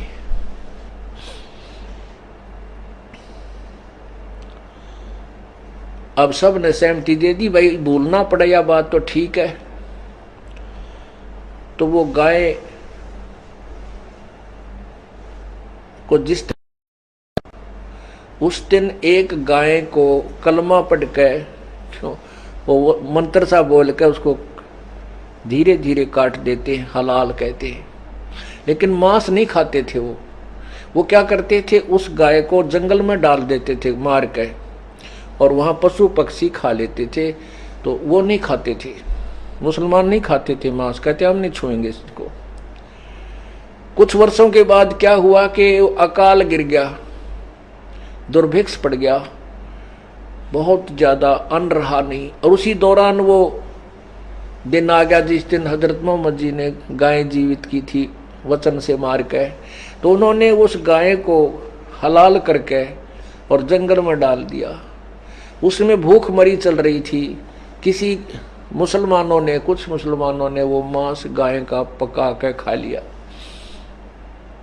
अन्य मुसलमानों को पता लग गया, उन्होंने बहुत घोर विरोध किया कि इन्होंने धर्म बिगाड़ दिया, इन्होंने मांस खा लिया, ये अपराधी है, इनको सजा दी जाए। ऐसी ऐसी घटना कई जगह पर घट गई। उन व्यक्तियों को पकड़ दिया गया धार्मिक लोगों द्वारा, और उसमें एक कमेटी बन चुकी थी जगह जगह पर कि वो फैसला करेंगे इनको क्या सजा दी जाए। तो उस कमेटी के पास हजारों की संख्या में ऐसे व्यक्तियों की रिपोर्ट आएगी। उन्होंने फिर के स्कीम बनाई, भाई इनको कैसे सजा दे, ये तो ठीक नहीं बात रही।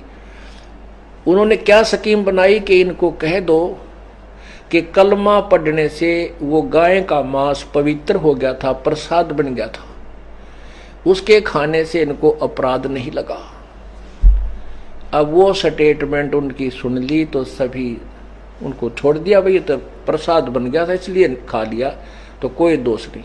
उसके बाद या बिजली गिर गई मुसलमान धर्म में, ये मांस खाने लाएंगे कि तो पवित्र हो गया, प्रसाद बन गया, घर घर बांटने लाएंगे। हे परमात्मा, ये सारे खेल यू काल करवावे हैं। अब क्या जरूरत थी उन्हें वो दिन मनाने की, ये दिन ना मनाते थे या बुराई इस पवित्र धर्म में नहीं घुसती, और ये कम से कम घोर पाप तो बचे रहते। तो भाई और बहनों, ये बहुत ही गलत परंपरा ये मुसलमान समाज में शैतान की प्रेरणा से चली हुई है। उस कादिर अल्लाह का कोई मांस खाने का आदेश नहीं है। तो कहते मारी गऊ शब्द के तीरम, ऐसे थे मोहम्मद पीरम। और शब्दें फिर जीवाई हंसा, राख्या मांस नहीं बाख्या, ऐसे पीर मोहम्मद भाई। एक समय नबी मोहम्मद ने एक गाय को शब्द यानी वचन सिद्धि से मारकर सबके सामने जीवित कर दिया था। यानी करने वाले तो अल्लाह थे, लेकिन महिमा उन्हीं को दी गई है। उन्होंने गाय का मांस नहीं खाया। अब मुसलमान समाज वास्तविकता से परिचित नहीं है। जिस दिन गाय जीवित की थी उस दिन की याद बनाए रखने के लिए गऊ मार देते हो। आप जीवित नहीं कर सकते तो मारने के भी अधिकारी नहीं हो। ऐ मुसलमानों, ऐ मुल्ला मौलवियों, अगर तुम गाय को जीवित करने के अधिकारी नहीं हो तो तुम मारने के भी अधिकारी नहीं हो। तुम कहते हो कि हमारे नबी ने गाय को मार दिया था, तो तुम्हारे नबी ने तो गाय को जीवित भी कर दिया था। तुम करके दिखाओ ना। अगर तुम जीवित करने के अधिकारी नहीं हो तो फिर तुम किसी को मारने के भी अधिकारी नहीं हो। आप मांस को प्रसाद रूप जानकर खाते तथा खिलाते हो। आप खुद भी पाप के भागी बनते हो तथा अपने अनुयायियों को भी गुमराह कर रहे हो। आप दोजक यानी नरक के पात्र बन रहे हो। अब सूक्ष्म वेद में, उस पवित्र कबीर सागर में, जो कि सूक्ष्म वेद है, 5वां वेद है, और आदरणीय गरीबदास जी की वाणियां सूक्ष्म वेद, इनमें परमेश्वर की तरफ से क्या आदेश है मांस खाने या ना खाने के विषय में, और जो लोग मांस खाते हैं उनके विषय में। कबीर मांस आहारी मानव प्रत्यक्ष राक्षस जानी, यानी जो मांस भक्षण करता है किसी भी जानवर का, वो तो प्रत्यक्ष राक्षस है, राक्षस। कबीर मांस आहारी मान ई प्रत्यक्ष राक्षस जानी, ताकि संगति मति हरे होए भक्ति में आनी। ऐसे दुष्ट नीच प्रवृत्ति के, राक्षस प्रवृत्ति के लोगों की तो संगति भी नहीं करनी चाहिए। जो लोग मांस खाते हैं वो तो प्रत्यक्ष राक्षस हैं, उनके पास तो बैठना भी नहीं चाहिए।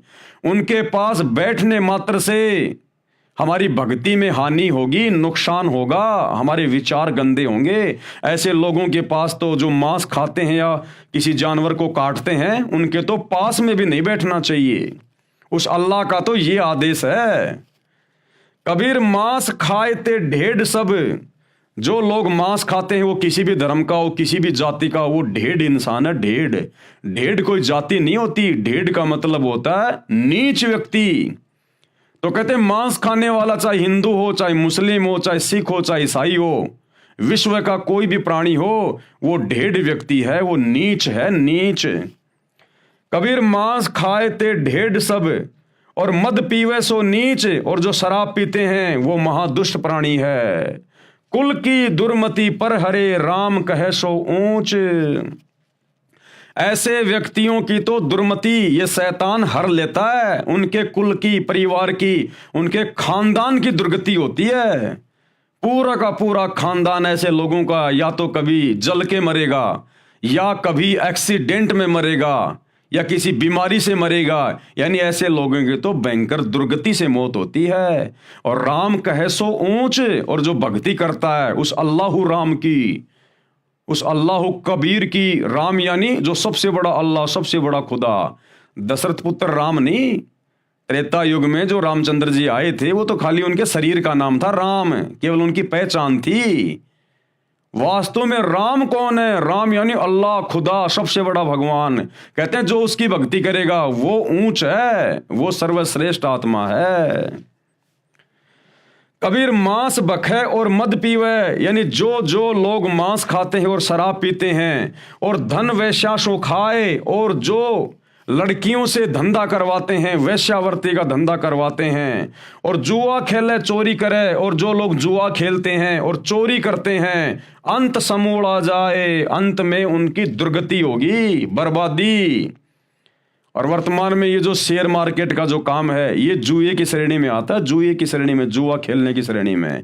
तो कहते हैं ऐसे लोगों की तो अंत में दुर्गति होगी, उनका तो समूढ़ा नाश जाएगा। कौन? मांस खाने वाले, शराब पीने वाले, नशा करने वाले, और धन वैश्या से खाए, यानी लड़कियों से जो वैश्यावर्ती करवाता है फिर उस पैसे को खाता है, यानी उस पैसे से अपना पेट भर रहा है। जुआ खेलने वाला और चोरी करने वाला अंत समूढ़ा जाए। कबीर मांस मांस सब एक हैं कि नालायको, मांस चाहे इंसान का हो चाहे जानवर का, चाहे आपके बेटा बेटी का हो, चाहे मुर्गे और हिरण का। कहते हैं मांस मांस सब एक हैं, मुर्गी हिरण गाय, आंखों देख नर खात है, ते नर नरक में जाए। और फिर भी ये इंसान उसको खा रहा है काट काट के। कहते हैं अंत में वो नरक में जाके गिरेगा, दोजख की आग में जाके गिरेगा। वो चाहे हिंदू हो, चाहे मुसलमान हो, चाहे विश्व का कोई भी प्राणी क्यों ना हो, जो एक मांस दूसरे मांस को खा रहा है। कबीर ये कुकर को बख्श है। कबीर अल्लाह कह रहे हैं कि ये मांस खाना तो ये कुत्ते का भोजन है। कबीर ये कुकर को बख्श है। मनुष्य दे क्यों खाए हे नादान प्राणी, ये अनमोल मनुष्य जन्म प्राप्त करके तू क्यों ये गंदगी खा रहा है। मुख में आमिख मेल के नरक परेंगे जाए। कबीर पापी पूजा बैठ के बखे मांस मद दोई, कि एक तरफ तो तुम भक्ति करने का दिखावा करते हो, मुसलमान तुम मस्जिद में जाते हो, नमाज करते हो, हिंदू तुम लोग मंदिर में जाते हो, मूर्तियां पूज रहे हो, और दूसरी तरफ तुम लोग मांस खा रहे हो, शराब पी रहे हो। इनकी दीक्षा मुक्ति नहीं, कोटि नरक फल होई। गुरु पद पर जो लोग बैठे हैं मुसलमान धर्म में, हिंदू धर्म में, किसी भी धर्म में, और उसके बाद वो मांस भी खाते हैं, शराब भी pीते हैं, नशा भी करते हैं, कैसे ऐसे लोगों से दीक्षा लेने से, उपदेश लेने से मुक्ति नहीं होगी। दोनों नरक में जाएंगे, दोनों के दोनों। कबीर जीव हने हिंसा करे, यानी जीव हत्या करता है, प्रकट पाप सिर होए, उसके सिर पर तो पाप रखा जा रहा है। निगम पुनि ऐसे पाप ते भिस्त गया नहीं कोई। ऐसे कुकर्म करने वाले आज तक तो कभी स्वर्ग में गए ही नहीं, जन्नत में गए नहीं। अल्लाह कबीर कह रहा है कि ऐसे कुकर्म करने वाले, जीव हत्या करने वाले आज तक कभी भी भिस्त में नहीं गए, स्वर्ग में नहीं गए। उनके सिर पर तो पाप की गठरी रखी है। कबीर तिल भर मछली खाए के कोटि गऊ दे दान। कबीर अल्लाह कह रहा है कि अगर किसी ने तिल भर भी मछली खा ली, यानी तिल भर भी मांस खा लिया, चाहे तुम 1 करोड़ गाय दान कर दो, तुम्हारा वो पाप नहीं उतर सकता। अब सोचिए जो लोग रोजाना मांस खा रहे हैं, बकरे बकरे काट के, मुर्गियां काट के, उनके साथ में क्या बीतेगी। उस अल्लाह कबीर का तो ये आदेश है कि तिल भर मछली खाए के, तिल के दाने जितने भी अगर आपने मछली खा ली, कोई भी मांस का टुकड़ा खा लिया, चाहे तुम 1 करोड़ गाय दान कर दो, तुम्हारा वो पाप नहीं उतरेगा। और काशी करोत ले मरे तो भी नरक निदान। भले फिर तुम काशी में करोत लेके मर जाना, तुम्हारा वो पाप नहीं उतरेगा। एक समय हिंदू धर्म के पंडितों ने, ब्राह्मणों ने एक कुक्रम शुरू कर दिया धन कमाने के लिए। इन्होंने कहा कि भगवान विष्णु की तरफ से हमारे को एक आदेश आया है। इन्होंने आरा लगा दिया वहां पर काशी में, जैसे वो लकड़ी काटने का आता ना था ऐसा, और कहा कि जो अपनी गर्दन कटवाएगा यहां आकर, वो सीधा स्वर्ग में जाएगा, बैकुंठ में जाएगा। तो जो बेचारे श्रद्धालु थे, उस समय बेचारे अनपढ़ हुआ करते थे, इन पंडितों पर, मुल्ला मौलवियों पर आंख बंद करके विश्वास किया करते थे। तो उन बुजुर्गों ने कहा कि बेटाओ देखो, वैसे भी हमारी मृत्यु का दिन आ गया, हम बुजुर्ग हो गए, और क्यों ना हम वहां पर काशी में जाके वो करोत लेके अपना शरीर त्याग दें, हमारी गति हो जाए।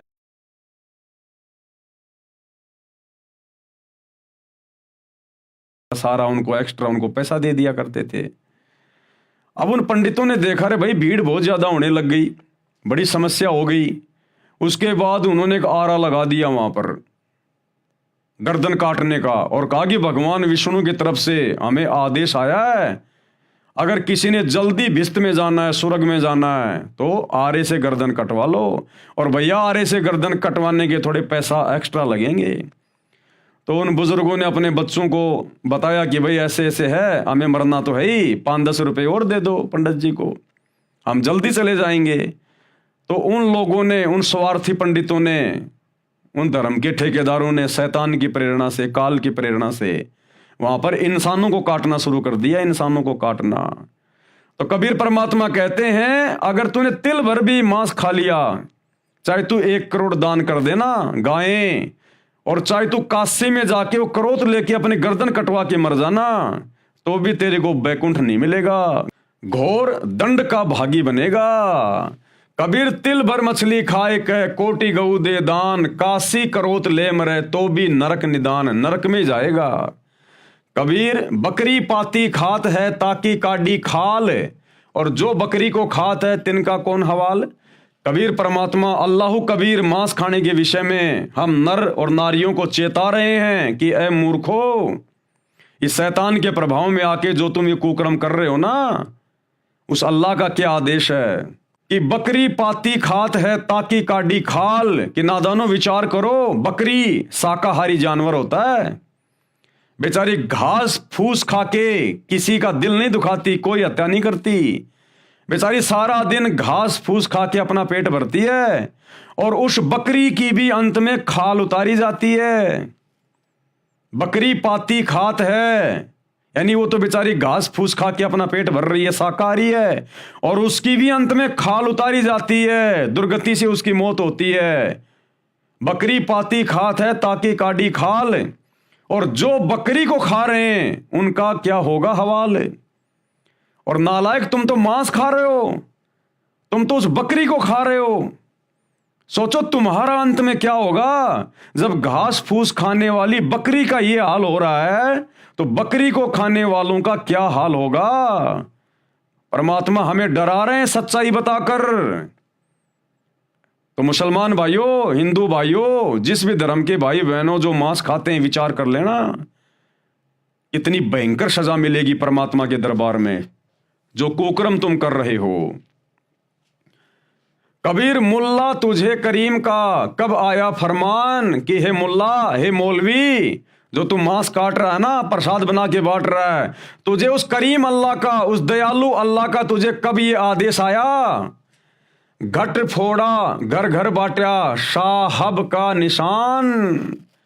हे मुल्ला, हे मौलवी, हे काजी, तुझे उस करीम अल्लाह की तरफ से, अल्लाह कबीर की तरफ से कब आदेश आया ये जीव हत्या करने का, जो तू जीव काट काट के, ये कलमा पढ़ पढ़ के तू ये प्रसाद रूप में बांट रहा है। कबीर काजी का बेटा मुआ उर में साल पीर। कबीर परमात्मा कहते हैं, हे काजी, अगर तेरा बेटा मर जाता है तो तेरे हृदय में बहुत ज्यादा पीड़ा होती है, तकलीफ होती है। वह साहब सबका पिता भला न माने वीर, और वो साहब, वो अल्लाह तो सबका पिता है। कि मुल्ला, जब तेरा बेटा मर जाता है तो तुझे कितनी पीड़ा होती है, और वो साहब, वो कबीर अल्लाह तो सबका पिता है, गधे का, सूअर का, बकरी का, भेड़ का, इंसान का। और तू उस कबीर अल्लाह की आत्माओं को काट काट के खा रहा है, उसके बेटा बेटियों को काट काट के खा रहा है, वो कितना दुखी हो रहा होगा। ए मुल्ला, ए मौलवी, ए मांस खाने वालों, तुम्हारे साथ में क्या बीतेगी अंत में। कबीर पीर सबन को एक सी मूर्ख जाने नाही। कबीर अल्लाह कह रहे हैं कि सबको एक जैसी पीड़ा होती है, चाहे बकरी हो, चाहे चींटी हो, चाहे हाथी हो, चाहे इंसान हो, सबके अंदर आत्मा है, सबका एक जैसा ही शरीर है अंदर, सबको पीड़ा होती है। देखिए, अपने बेटे का कोई नाखून उतार के खा के दिखाए, जो बकरी का गला काट देते हैं, गाय काट देते हैं, सूअर काट देते हैं, उस अल्लाह के बच्चों को मार मार के खा रहे हो। अपने बच्चे की उंगली काट के खा के दिखाओ कोई, तो कहते हैं पीड़ा सबको एक जैसी होती है। वो बकरा बकरी जो कसाई की दुकान पे बंधे होते हैं, और जब दूसरे बकरे को काटा जाता है तो वो देख देख के रोते हैं, वो भयभीत होते हैं, वो कि भाई हमारा भी नंबर आएगा, हमारा भी नंबर आएगा। और जब उनको काटा जाता है तो क्या वो चिल्लाते नहीं, क्या वो तड़पते नहीं है, क्या उनको दर्द नहीं होता है। तो परमेश्वर हमें जगा रहे हैं मूर्खों को जो शैतान के प्रभाव में है। कबीर पीर यानी पीड़ा सभी को एक सी मूर्ख जाने नहीं, लेकिन जो मूर्ख है, जो मंद बुद्धि है, जो शैतान के प्रभाव में है, वो इन बातों को नहीं जान पाता। अपना गला कटाए के क्यों न बसो भिस्त के माही। अगर इसी प्रकार से कलमा पढ़कर अगर किसी की गर्दन काटने से अगर उसको भिस्त में जगह मिल रही है, वो आत्मा अगर जन्नत में जा रही है, तो नालायक अपना खुद का गला क्यों नहीं काट रहा तू। अरे जाना तो तूने भी जन्नत में ही है, भिस्त में ही है। मंदिर मस्जिदों में तुम भी तो धक्के वहीं के लिए खा रहे हो। अगर इसी प्रकार से अगर भिस्त मिलता है, स्वर्ग मिलता है, जन्नत मिलती है, तो नालायक अपना भी गर्दन काट और अपने परिवार की भी काट। कबीर मुर्गी मुल्ला से कहे जब करत है क्यों ही। वो मुर्गी यानी कोई भी जानवर जब वो काटता है तो वो मुर्गी उस मुल्ला से कह रही है कि मुझे जबरन क्यों मार रहा है, मुझे क्यों मार रहा है। साहब लेखा मांगसी संकट पड़ी है तो ही। अरे वो परमात्मा, वो साहेब, वो अल्लाह जब तू शरीर छोड़ के जाएगा वो हिसाब लेगा कि तूने मेरी आत्माओं को क्यों मारा, तेरे को किसने अधिकार दिया, तूने क्यों मांस खाया। कहते हैं उस समय तेरे लेने के देने पड़ जाएंगे मुल्ला। उस समय क्या जवाब देगा उस दरगाह में? तुमने उस दरगाह का महल नहीं देखा, धर्मराज का तिल तिल का लेखा। तो वो मुर्गी उस मुल्ला से कह रही है कि बेटा वहां तेरे लेने देने पड़ जाएंगे, अल्लाह के सामने तू क्या जवाब देगा फिर। कबीर जोर करी जब है करे, यानी जबरदस्ती करके और तुम उनकी हत्या कर रहे हो, और मुख से कहे हलाल कि हमने तो इनको हलाल कर दिया, हलाल कर दिया। अरे साहब लेखा मांगसी तब होसी कौन हवाल। जब वो परवरदिगार तेरे से लेखा मांगेगा, तेरा हिसाब किताब करेगा, तब वहां पर तेरी कौन रक्षा करेगा, तब तेरा कौन हवाल होगा वहां पर। उस दिन की सोच डर। कबीर जोर किया जुल्म है मांगे जवाब खुदाए। आज जो तुम जोर जबरदस्ती जानवरों को मार रहे हो, काट रहे हो, तुम जुल्म कर रहे हो, वो खुदा तुमसे जवाब मांगेगा। और खालिक दर खूनी बड़ा मार मुही मुंह खाए। उस खालिक यानी उस परवरदिगार के दरबार में, उसके दरगाह में जब तू खूनी हत्यारा वहां पर खड़ा होगा तो वहां पर तू मुंह ऊपर करके बात नहीं कर पाएगा। कबीर गला काट कलमा भरे किया कहे हलाल, साहब लेखा मांगसी तब होसी सवाल जवाब। कबीर गला गुस्सा का काटिए मियाँ कहर को मार, जो पांचों बिस्मिल करे तब पावे दीदार। कि कैसे तुम उस परमात्मा की दीदार करोगे जो ऐसे निकृष्ट कर्म यहां कर रहे हो जीव हत्या करके। कबीर ये सब झूठी बंदगी बेरिया 5 नमाज, कि ये तुम्हारी झूठी बंदगी है, ये तुम्हारी झूठी इबादत है। ये तुम दिन में तो रोजे करते हो, नमाज पढ़ते हो, रात को तुम जीव हत्या करते हो, बकरी काटते हो, गाय काटते हो, मुर्गा काटते हो। ये क्या बंदगी है तुम्हारी? क्या तुम ये भक्ति कर रहे हो? कबीर ये सब झूठी बंदगी बेरिया 5 नमाज, सांचे ही मारे झूठ पड़ी काजी करे अकाज। कबीर दिन को रोजा रहत है, दिन में तो तुम रोजा कर रहे हो, तुम ये व्रत कर रहे हो, और रात हनत है गाय, और जैसे ही रात्रि होती है तुम जानवर को काट देते हो, गाय को काट देते हो। यह खून वह बंदगी, एक तरफ तो तुम अल्लाह की इबादत कर रहे हो, दूसरी तरफ उसी की आत्मा, उसी की रूह को काट रहे हो। कहूं क्यों खुशी खुदाए। अरे ये कुकर्म करने से अल्लाह भला कैसे प्रसन्न होगा, कैसे खुश होगा तुमसे। कबीरा तेई पीर है जो जाने पर पीर। कबीर परमात्मा कहते हैं कि वास्तव में वही पीर है, यानी परमात्मा को जानने वाला है, अच्छी आत्मा है, जो जाने पर पीर, जो दूसरे की पीड़ा को जानता है। और जो पर पीर ने जान है, जो दूसरे की पीड़ा को नहीं जानता, सो काफिर बेपीर, वो तो काफिर है, काफिर। कबीर खूब खाना खिचड़ी, कि देखो खिचड़ी खाओ, दाल चावल खाओ, बासमती चावल खाओ, उसमें घी डालो देसी, ये है खाना, ये वाला खाना खाओ। कबीर खूब खाना खिचड़ी माही पड़ी टुकलोन, और मांस पराया खाए के गला कटावे कौन। नालायक ये जानवरों का मांस काट के तू खा जाता है, कहते तेरा भी गला काटा जाएगा, ये तुझे इसका हिसाब किताब देना पड़ेगा। बदला कहीं न जात है 3 लोग के माही। कबीर कहता हूं कहीं जात हूं कहा जो मान हमार। कबीर अल्लाह कह रहा है, वो समर्थ परमात्मा, कि मैं तुमसे कह रहा हूं भाई मेरी बात मानो, और जाका गला तुम काट हो, जिसका आज तुम गला काट रहे हो, गर्दन काट रहे हो, सो फिर काटे तुम्हार, वो फिर एक दिन तुम्हारा गला काटेगा। आज चाहे मुल्ला हो, मौलवी हो, हिंदू हो, कोई भी हो, और जो आज जीव हत्या कर रहा है या फिर मांस खा रहा है बाहर से ला के, अगले जन्म में उस मुल्ला मौलवी ने जितने भी जानवर काटे हैं, बकरे काटे हैं, मुर्गे काटे हैं, वो बकरे और मुर्गे तो बनेंगे मौलवी, मुल्ला, कसाई, और वो कसाई मुल्ला मौलवी बनेगा अगले जन्म में मुर्गा, बकरी, और इसी प्रकार से फिर अपना गला कटवाना पड़ेगा। ये यहाँ का रूल है, यहाँ का नियम है। तो परमात्मा कहते हैं, कबीर कहता हूं कहीं जात हूं कहा जो मान हमार, और जिसका गला तुम काट रहे हो सो फिर काटेगा तुम्हारे। कबीर हिंदू के दया नहीं, मेहर तुरक के नाही। कबीर परमात्मा कह रहे हैं कि हिंदू के हृदय में बिल्कुल भी दया नहीं है जो मांस खाते हैं, और मेहर तुरक के नाही, और तुर्क यानी मुसलमान के भी बिल्कुल मेहर नहीं है, दया नहीं है। कहे कबीर दोनों गया लख 84 माही। ऐसा कुकर्म करने वाला चाहे हिंदू हो चाहे मुसलमान हो, दोनों 84 लाख योनियों में जाएंगे, गधे कुत्ते बन के अपना कर्म भोगेंगे। कबीर मुसलमान मारे करद से, यानी मुसलमान कहता है हम तो झटके से नहीं मारते, हम तो हलाल करते हैं, धीरे से गला काटते हैं, दर्द नहीं होता। तो कबीर परमात्मा कहते हैं बेटा चाहे धीरे से काट और चाहे झटके से काट, वो आत्मा तो मरी गई। क्या कहते हैं? कबीर मुसलमान मारे करद से और हिंदू मारे तलवार। हिंदू कहते हैं हम तो एक झटके में काट देते हैं, दर्द ही नहीं होने देते। और कहे कबीर दोनों मिले जह जम के द्वार। कहते हैं चाहे धीरे मारो चाहे झटके से मारो, चाहे हलाल करो चाहे तलवार मारो, तुम दोनों के दोनों नालायक परमात्मा के दरबार में नीची गर्दन करके खड़े होगे। वहां पर तुम्हारे को लेने देने पड़ जाएंगे उस परमात्मा के दरबार में। दोनों कहां मिलेंगे? जम के द्वार। उपरोक्त अमृतवाणी में कबीर खुदा यानी कबीर परमेश्वर ने समझाया है कि जो व्यक्ति मांस खाते हैं, शराब पीते हैं, सत्संग सुनकर भी बुराई नहीं त्यागते, उपदेश प्राप्त नहीं करते, उन्हें तो साक्षात राक्षस जानो, राक्षस। अनजाने में गलती ना जाने किससे हो जाए, यदि वह बुराई करने वाला व्यक्ति सत्संग विचार सुनकर बुराई त्याग कर भगवान की भक्ति करने लग जाता है तो वह नेक आत्मा है।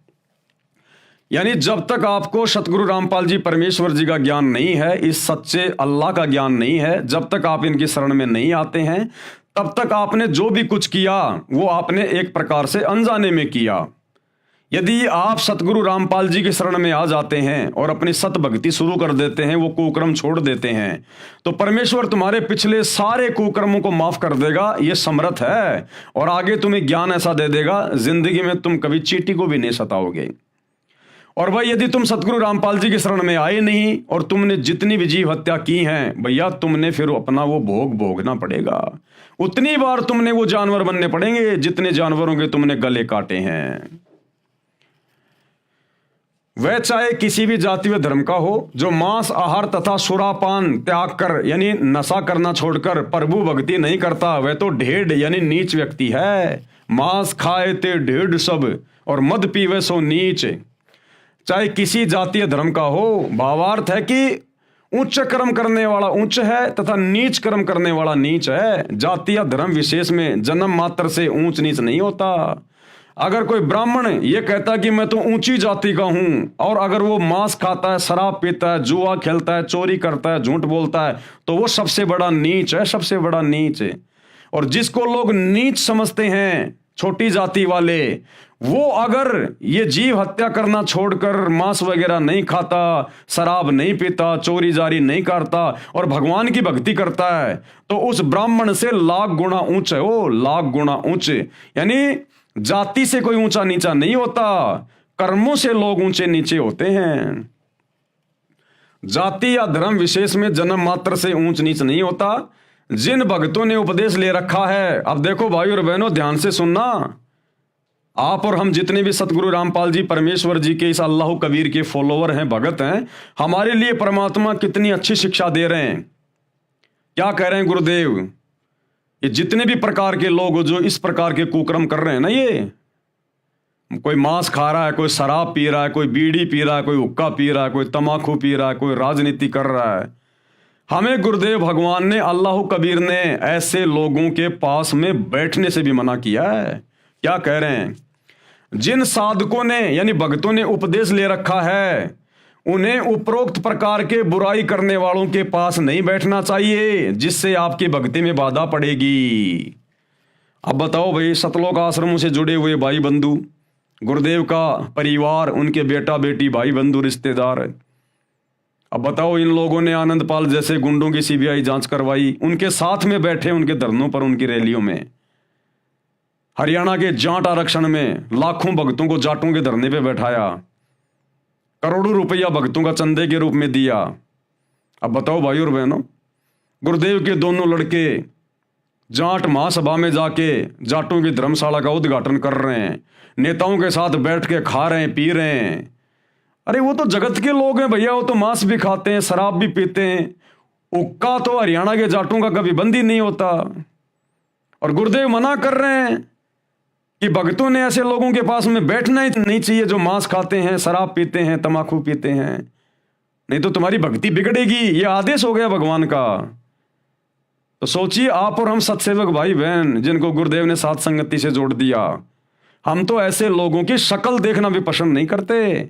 और गुरुदेव का परिवार और ये लाखों की संगत जो आश्रमों से जुड़ी है, ये नादानी में ऐसे जगत वाले लोगों की गोद में जाके बैठ रही है। तो सोचिए कितने बड़े पापी हैं ये लोग। अपने गुरु की अवहेलना कर रहे हैं, उनके वचन की अवहेलना कर रहे हैं, कादिर कबीर परमेश्वर के वचन की अवहेलना कर रहे हैं। क्या बीतेगी इनके साथ में।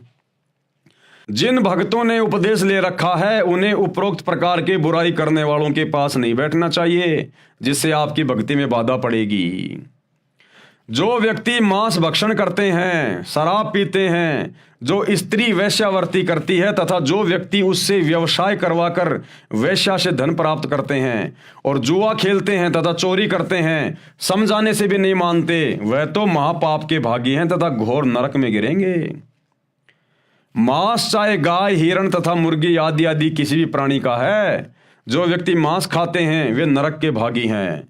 जो व्यक्ति अनजाने में मांस खाते हैं, जैसे आप किसी रिश्तेदारी में गए, आपको पता ही नहीं लगा कि सब्जी है या मांस, आपने खा लिया, तो आपको दोष नहीं है, परंतु आगे से अति सावधान रहना है। अगर धोखे से अगर किसी भगत को या किसी व्यक्ति को अगर कोई मांस खिला दे सब्जी के बहाने, या किसी कोल्ड ड्रिंक में शराब डाल के पिला दे, बियर डाल के पिला दे धोखे से, और यदि आपने मांस खा लिया, वो शराब पी ली, यदि आपने धोखे से, भले आपने सतगुरु रामपाल जी से उपदेश ले रखा है, और यदि आपके साथ में किसी ने धोखा कर दिया इस प्रकार से, तो आपकी मर्यादा खंडित नहीं है, आपका नाम खंडित नहीं है। लेकिन आगे से उन लोगों की, उन दुष्टों की शक्ल भी नहीं देखनी हमने। आगे से हमने अति सावधान रहना है, अति सावधान। तो परमात्मा हमें भी कुछ सावधानियां बता रहे हैं। तो आपको दोष नहीं है, परंतु आगे से अति सावधान रहना है। जो व्यक्ति आंखों देखकर भी खा जाते हैं वे दोषी हैं, और जिनको पता है कि सामने तेरे मांस परोसा जा रहा है, तेरे सामने ये बियर की बोतल ला के रख दी और उनके साथ बैठ के खा रहा पी रहा है, वो परमात्मा के दोषी हैं। जो व्यक्ति आंखों देखकर भी खा जाते हैं वे दोषी हैं। ये मांस तो कुत्ते का आहार है, ये तो कुत्ते का भोजन है, मनुष्य शरीरधारी के लिए वर्जित है, यानी मना है। जो गुरुजन मांस भक्षण करते हैं तथा शराब पीते हैं, उनसे नाम दीक्षा प्राप्त करने वालों की मुक्ति नहीं होती, अपितु महान नरक के भागी होंगे। जो व्यक्ति जीव हिंसा करते हैं, चाहे गाय, सुअर, बकरी, मुर्गी, मनुष्य आदि किसी भी प्राणी को स्वार्थवश मारते हैं, वे महापापी हैं। भले ही जिन्होंने पूर्ण संत से पूर्ण परमात्मा का उपदेश भी प्राप्त है, वे कभी मुक्ति प्राप्त नहीं कर सकते। जरा सा यानी तिल के समान भी मांस खाकर भक्ति करता है, चाहे करोड़ गाय दान भी करता है, उस भगत की साधना भी व्यर्थ है। मांस आहारी व्यक्ति चाहे काशी में करोध से गर्दन छेदन भी करवा ले, वह भी नरक में जाएगा। नोट, अब ये काशी में एक करोध का सिस्टम क्या था गुरुदेव बता रहे हैं। काशी बनारस के हिंदुओं के स्वार्थी गुरुओं ने भगत समाज में भ्रम फैला रखा था कि जो काशी में मरता है वह स्वर्ग जाता है। अधिक भीड़ होने लगी, तब एक और घातक योजना बनाई। उसके तहत कहा कि जो जल्दी स्वर्ग जाना चाहता है उसके लिए गंगा पर एक करोत भगवान का भेजा हुआ आता है, उससे गर्दन कटवाने वालों के लिए स्वर्ग के दरवाजे खुले रहते हैं। उन स्वार्थी गुरुजनों ने मनुष्य हत्या के लिए एक हत्था खोल दिया। श्रद्धालु भक्तों ने आत्म कल्याण के लिए वहां गर्दन कटवाना भी स्वीकार कर लिया, परंतु ज्ञानहीन गुरुओं के द्वारा बताई साधना से भी कोई लाभ नहीं होता। इसलिए कहा है कि मांस खाने वाला चाहे कितनी भी भक्ति तथा पुण्य व दान तथा बलिदान करे, उसका कोई लाभ नहीं। बकरी पाती खात है, वाकी काडी खाल, और जो बकरी को खात है उसका कौन हवाल। बकरी जो आपने मार डाली वह तो घास फूस पत्ते आदि खाकर पेट भर रही थी। इस काल लोक में ऐसे शाकाहारी शरीफ पशु की भी हत्या हो गई तो जो बकरी का मांस खाते हैं उनका तो अधिक बुरा हाल होगा। पशु आदि जो हलाल बिस्मिल आदि करके मांस खाने व प्रसाद रूप में वितरित करने का आदेश दयालु यानी करीम प्रभु का कब प्राप्त हुआ कि हे मुल्ला, तुझे ये मांस काटकर प्रसाद बनाकर खाने का और बांटने का उस करीम अल्लाह परवरदिगार सुप्रीम गॉड कबीर से कब तुझे आदेश प्राप्त हुआ? क्योंकि पवित्र बाइबल उत्पत्ति ग्रंथ में पूर्ण परमात्मा ने 6 दिन में सृष्टि रची, 7वें दिन ऊपर तख्त पर जा बैठा तथा सब मनुष्यों के आहार के लिए आदेश किया था कि मैंने तुम्हारे खाने के लिए फलदार वृक्ष तथा बीजदार पौधे दिए। उस करीम यानी दयालु पूर्ण परमात्मा की ओर से आपको फिर से कब आदेश हुआ? वह कौन सी कुरान में लिखा है? पूर्ण परमात्मा सब मनुष्यों आदि की सृष्टि रचकर ब्रह्म जिसे अव्यक्त कहते हैं, शैतान जो कभी सामने प्रकट नहीं होता, गुप्त कार्य करता तथा करवाता रहता है, उसको दे दिया। यानी 6 दिन में यहाँ की सृष्टि रच के यहाँ का सारा ये कार्यभार उस सुप्रीम गॉड ने इस डुप्लीकेट अल्लाह इस शैतान को दे दिया कि ले भैया, ये मेरे आदेश हैं, ये मेरा फरमान है। अगर इस प्रकार से लोग मेरे वचन में रह के अपना भक्ति करेंगे, अपना काम धंधा करेंगे तो ठीक है, यदि मेरे वचन की उल्लंघना की तो फिर घोर दंड के भागी बनेंगे।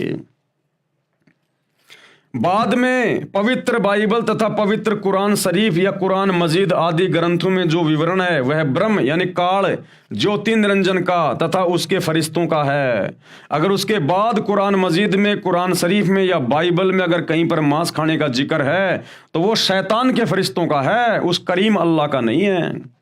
या फिर भूत प्रेतों का है। करीम अर्थात दयालु पूर्ण ब्रह्म अल्लाह कबीर का नहीं है। उस पूर्ण ब्रह्म के आदेश की अवहेलना किसी भी फरिश्ते व ब्रह्म आदि के कहने से करने की सजा भोगनी पड़ेगी। और एक उदाहरण दे रहे हैं गुरुदेव भगवान कि परमात्मा के संविधान को तोड़कर जो व्यक्ति शैतान के संविधान को मानकर ये उल्टे काम करेगा, मांस खाएगा, शराब पिएगा, चोरी जारी करेगा, वो फिर कैसे सजा भोगेगा। एक उदाहरण दे रहे हैं गुरुदेव। उदाहरण, एक समय एक व्यक्ति की दोस्ती एक पुलिस थानेदार से हो गई। उस व्यक्ति ने अपने दोस्त थानेदार से कहा कि मेरा पड़ोसी मुझे बहुत परेशान करता है।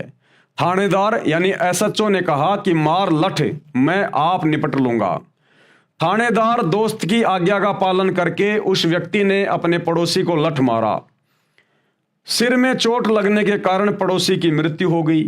उसी क्षेत्र का अधिकारी होने के कारण वह थाना प्रभारी अपने दोस्त को पकड़ कर लाया और कैद में डाल दिया तथा उस व्यक्ति को मृत्यु दंड मिला। उसका दोस्त थानेदार कुछ मदद नहीं कर सका, क्योंकि राजा का संविधान है कि यदि कोई किसी की हत्या करेगा तो उसे मृत्यु दंड प्राप्त होगा। उस नादान व्यक्ति ने अपने मित्र दरोगा की आज्ञा मानकर राजा का संविधान भंग कर दिया, जिससे जीवन से हाथ धो बैठा। यानी राजा का भारतीय संविधान है, अगर कोई किसी की हत्या करेगा तो उसको मृत्यु दंड मिलेगा। लेकिन उस व्यक्ति ने अपने दोस्त थानेदार के कहने से अपने पड़ोसी के सिर में लठ मार दिया और उसकी मृत्यु हो गई। और उसके बाद राजा के संविधान अनुसार वही थानेदार जो उसी क्षेत्र का था अपने दोस्त को पकड़ के लेके आया और राजा के संविधान के अनुसार उसको जेल में डाला, उसको मृत्युदंड की सजा हुई। फिर तो गुरुदेव समझाना चाहते हैं कि उस पूर्ण परमात्मा राजा कबीर अल्लाह का संविधान है जो 6 दिन में सृष्टि रची। उन्होंने जो भी नियम बनाए कि मांस नहीं खाना, अगर मांस खाओगे तो ये दंड मिलेगा, नशा करोगे तो ये दंड मिलेगा। अब यदि उस परमात्मा के बाद कोई इस डुप्लीकेट अल्लाह, इस डुप्लीकेट खुदा, इस शैतान यानी काल की आज्ञा मानकर या उनके फरिश्तों की आज्ञा मानकर अब यदि कोई मांस खाता है, शराब पीता है, 2 नंबर के काम करता है, तो भैया वो कबीर अल्लाह की तरफ से दंड का भागी है, दंड का भागी। ठीक इसी प्रकार पूर्ण परमात्मा की आज्ञा की अवहेलना करने वाला पाप का भागी होगा, क्योंकि कुरान शरीफ और कुरान मजीद का ज्ञान ब्रह्म यानी शैतान ज्योति निरंजन जिसे आप अव्यक्त कहते हो, यानी जो दिखाई नहीं देता, उसका दिया हुआ है। इसमें उसी का आदेश है तथा पवित्र बाइबल में केवल उत्पत्ति ग्रंथ के प्रारंभ में पूर्ण प्रभु का आदेश है। पवित्र बाइबल में हजरत आदम तथा उसकी पत्नी हवा को उस पूर्ण परमात्मा ने बनाया। बाबा आदम की वंशज संतान हजरत इजराइल, राजा दाऊद, हजरत मूसा, हजरत ईसा तथा हजरत मोहम्मद आदि को माना है। पूर्ण परमात्मा तो 6 दिन में सृष्टि रचकर तख्त पर विराजमान हो गया। उसके बाद सभी कतेबों का यानी उन पुस्तकों का ज्ञान, कुरान शरीफ आदि का ज्ञान इस ब्रह्म यानी काल ज्योति निरंजन यानी शैतान का प्रदान किया हुआ है। पवित्र कुरान का ज्ञान दाता स्वयं कहता है, यानी वो शैतान स्वयं कहता है कि पूर्ण परमात्मा जिसे करीम अल्लाह कहा जाता है उसका नाम कबीर है, वही पूजा के योग्य है। उसके तत्व ज्ञान व भक्ति विधि को किसी बाखबर यानी तत्वदर्शी संत से पता करो। इससे सिद्ध है कि जो ज्ञान कुरान शरीफ आदि का है वह पूर्ण प्रभु का नहीं है। जब काजी के पुत्र की मृत्यु हो जाती है तो काजी को कितना कष्ट होता है। पूर्ण ब्रह्म अल्लाह कबीर सबका पिता है, उसके प्राणियों को मारने वाले से अल्लाह खुश नहीं होता। दर्द सबको एक जैसा ही होता है। यदि बकरे आदि का गला काटकर हलाल किया कहते हो तो काजी तथा मुल्ला अपना गला छेदन करके हलाल किया क्यों नहीं कहते? यानी अपनी जान प्रिय लगती है, क्या बकरे को अपनी जान प्रिय नहीं है? जिस समय बकरी को मुल्ला मारता है तो वह बेजुबान प्राणी आंखों में आंसू भरकर म्या म्या करके समझाना चाहता है कि हे मुल्ला, मुझे मारकर पाप का भागी मत बन। जब परमेश्वर के घर न्याय अनुसार लेखा किया जाएगा उस समय तुझे बहुत संकट का सामना करना पड़ेगा। वो जो बकरी, बकरा, मुर्गा, मुर्गी वो जो रोते हैं ना अपना गला कटवाते समय, उस समय वो उसे समझा रहे होते हैं आत्मा से कि भाई क्यों ये पाप मोल ले रहा है, क्यों मेरा गला काट के उस करीम अल्लाह कबीर अल्लाह का दोषी बन रहा है। तुझे सख्त से सख्त सजा मिलेगी। उस परमेश्वर की दरगाह में न्याय होगा, वहां तुझे दंड दिया जाएगा। अरे मैं भी उसी की आत्मा हूं, उसी का बच्चा हूं, और मुल्ला तू भी उसी का बच्चा है। हम तो आपस में भाई बहन हैं। ये तो हमारे ये कर्म इतने बिगड़ गए, कभी तू बकरा बनता, कभी मैं बकरा बनता हूं। भाई तू ये गंदा काम ना कर। हमारा पिता जो सबका न्याय करता है, भाई वहां पर तू मुंह लटका के खड़ा होगा, तुझे घोर सजा मिलेगी। वो म्या म्या करने का मतलब होता है उस समय वो शिक्षा दे रहा होता है आत्मा से। तो भाई देख लो, बहुत बुरी बनेगी। उस समय तुझे बहुत संकट का सामना करना पड़ेगा। जबरदस्ती निर्दयता से बकरी आदि प्राणी को मारते हो और कहते हो हलाल कर रहे हैं। इस दोगली नीति का आपको महाकष्ट भोगना पड़ेगा। काजी तथा मुल्ला व कोई भी जीव हत्या करने वाला व्यक्ति पूर्ण प्रभु के कानून का उल्लंघन कर रहा है, वह वहां धर्मराज के दरबार में खड़ा खड़ा पीटेगा। यदि हलाल ही करने का शौक है तो काम, क्रोध, लोभ, मोह, अहंकार इन विकारों को हलाल करो।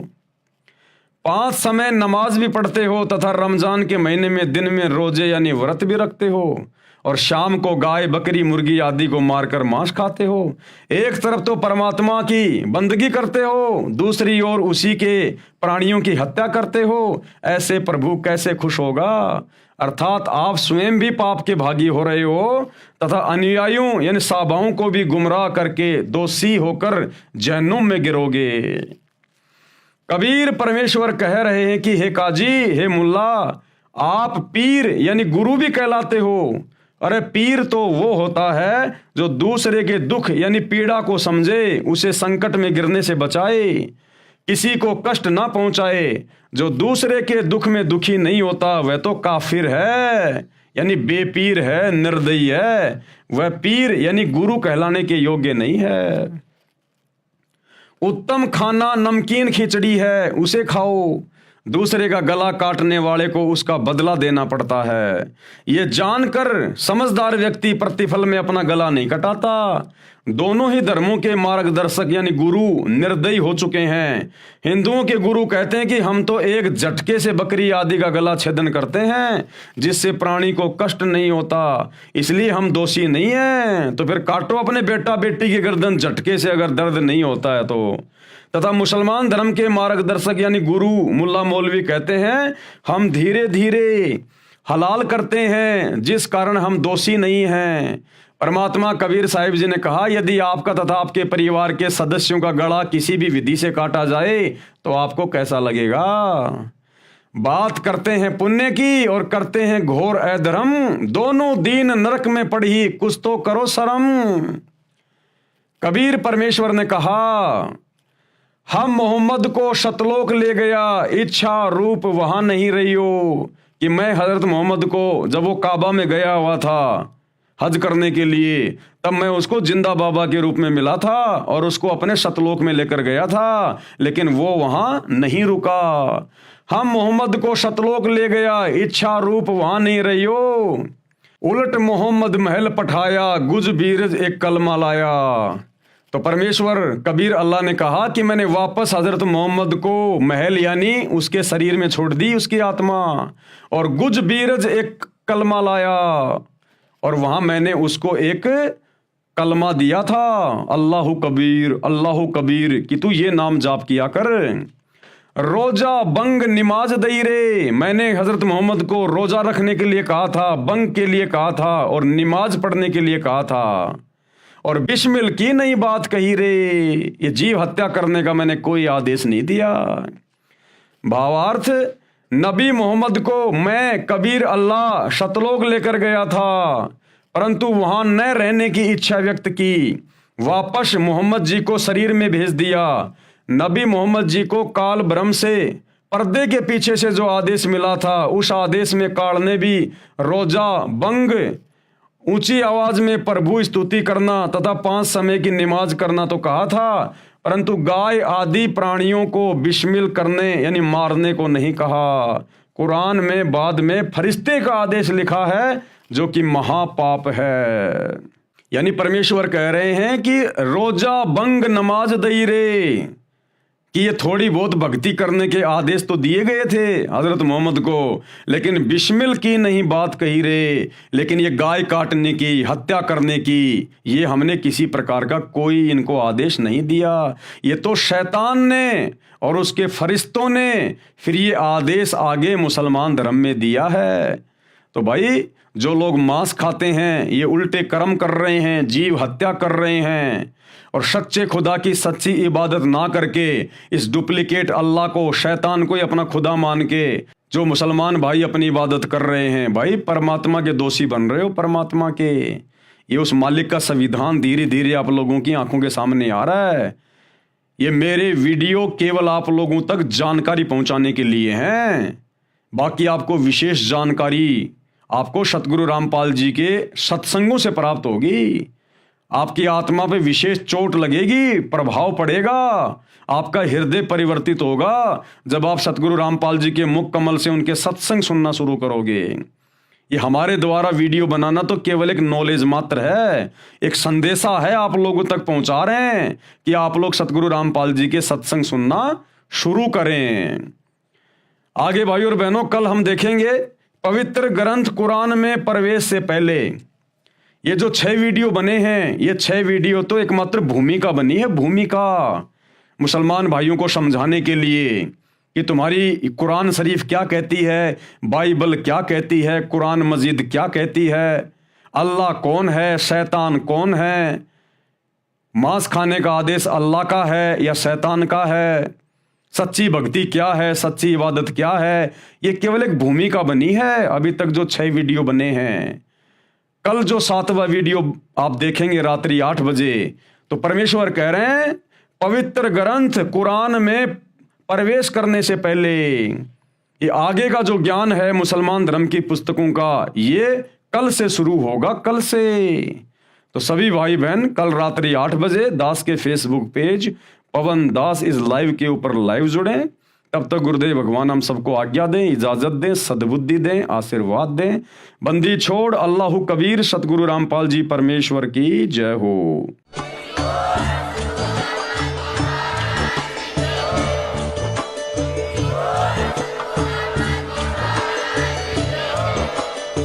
भाई जो गुरु बचन पे डट गए, कट गए फंद 84 के, कट गए फंद 84 के, कट गए फंद 84 के।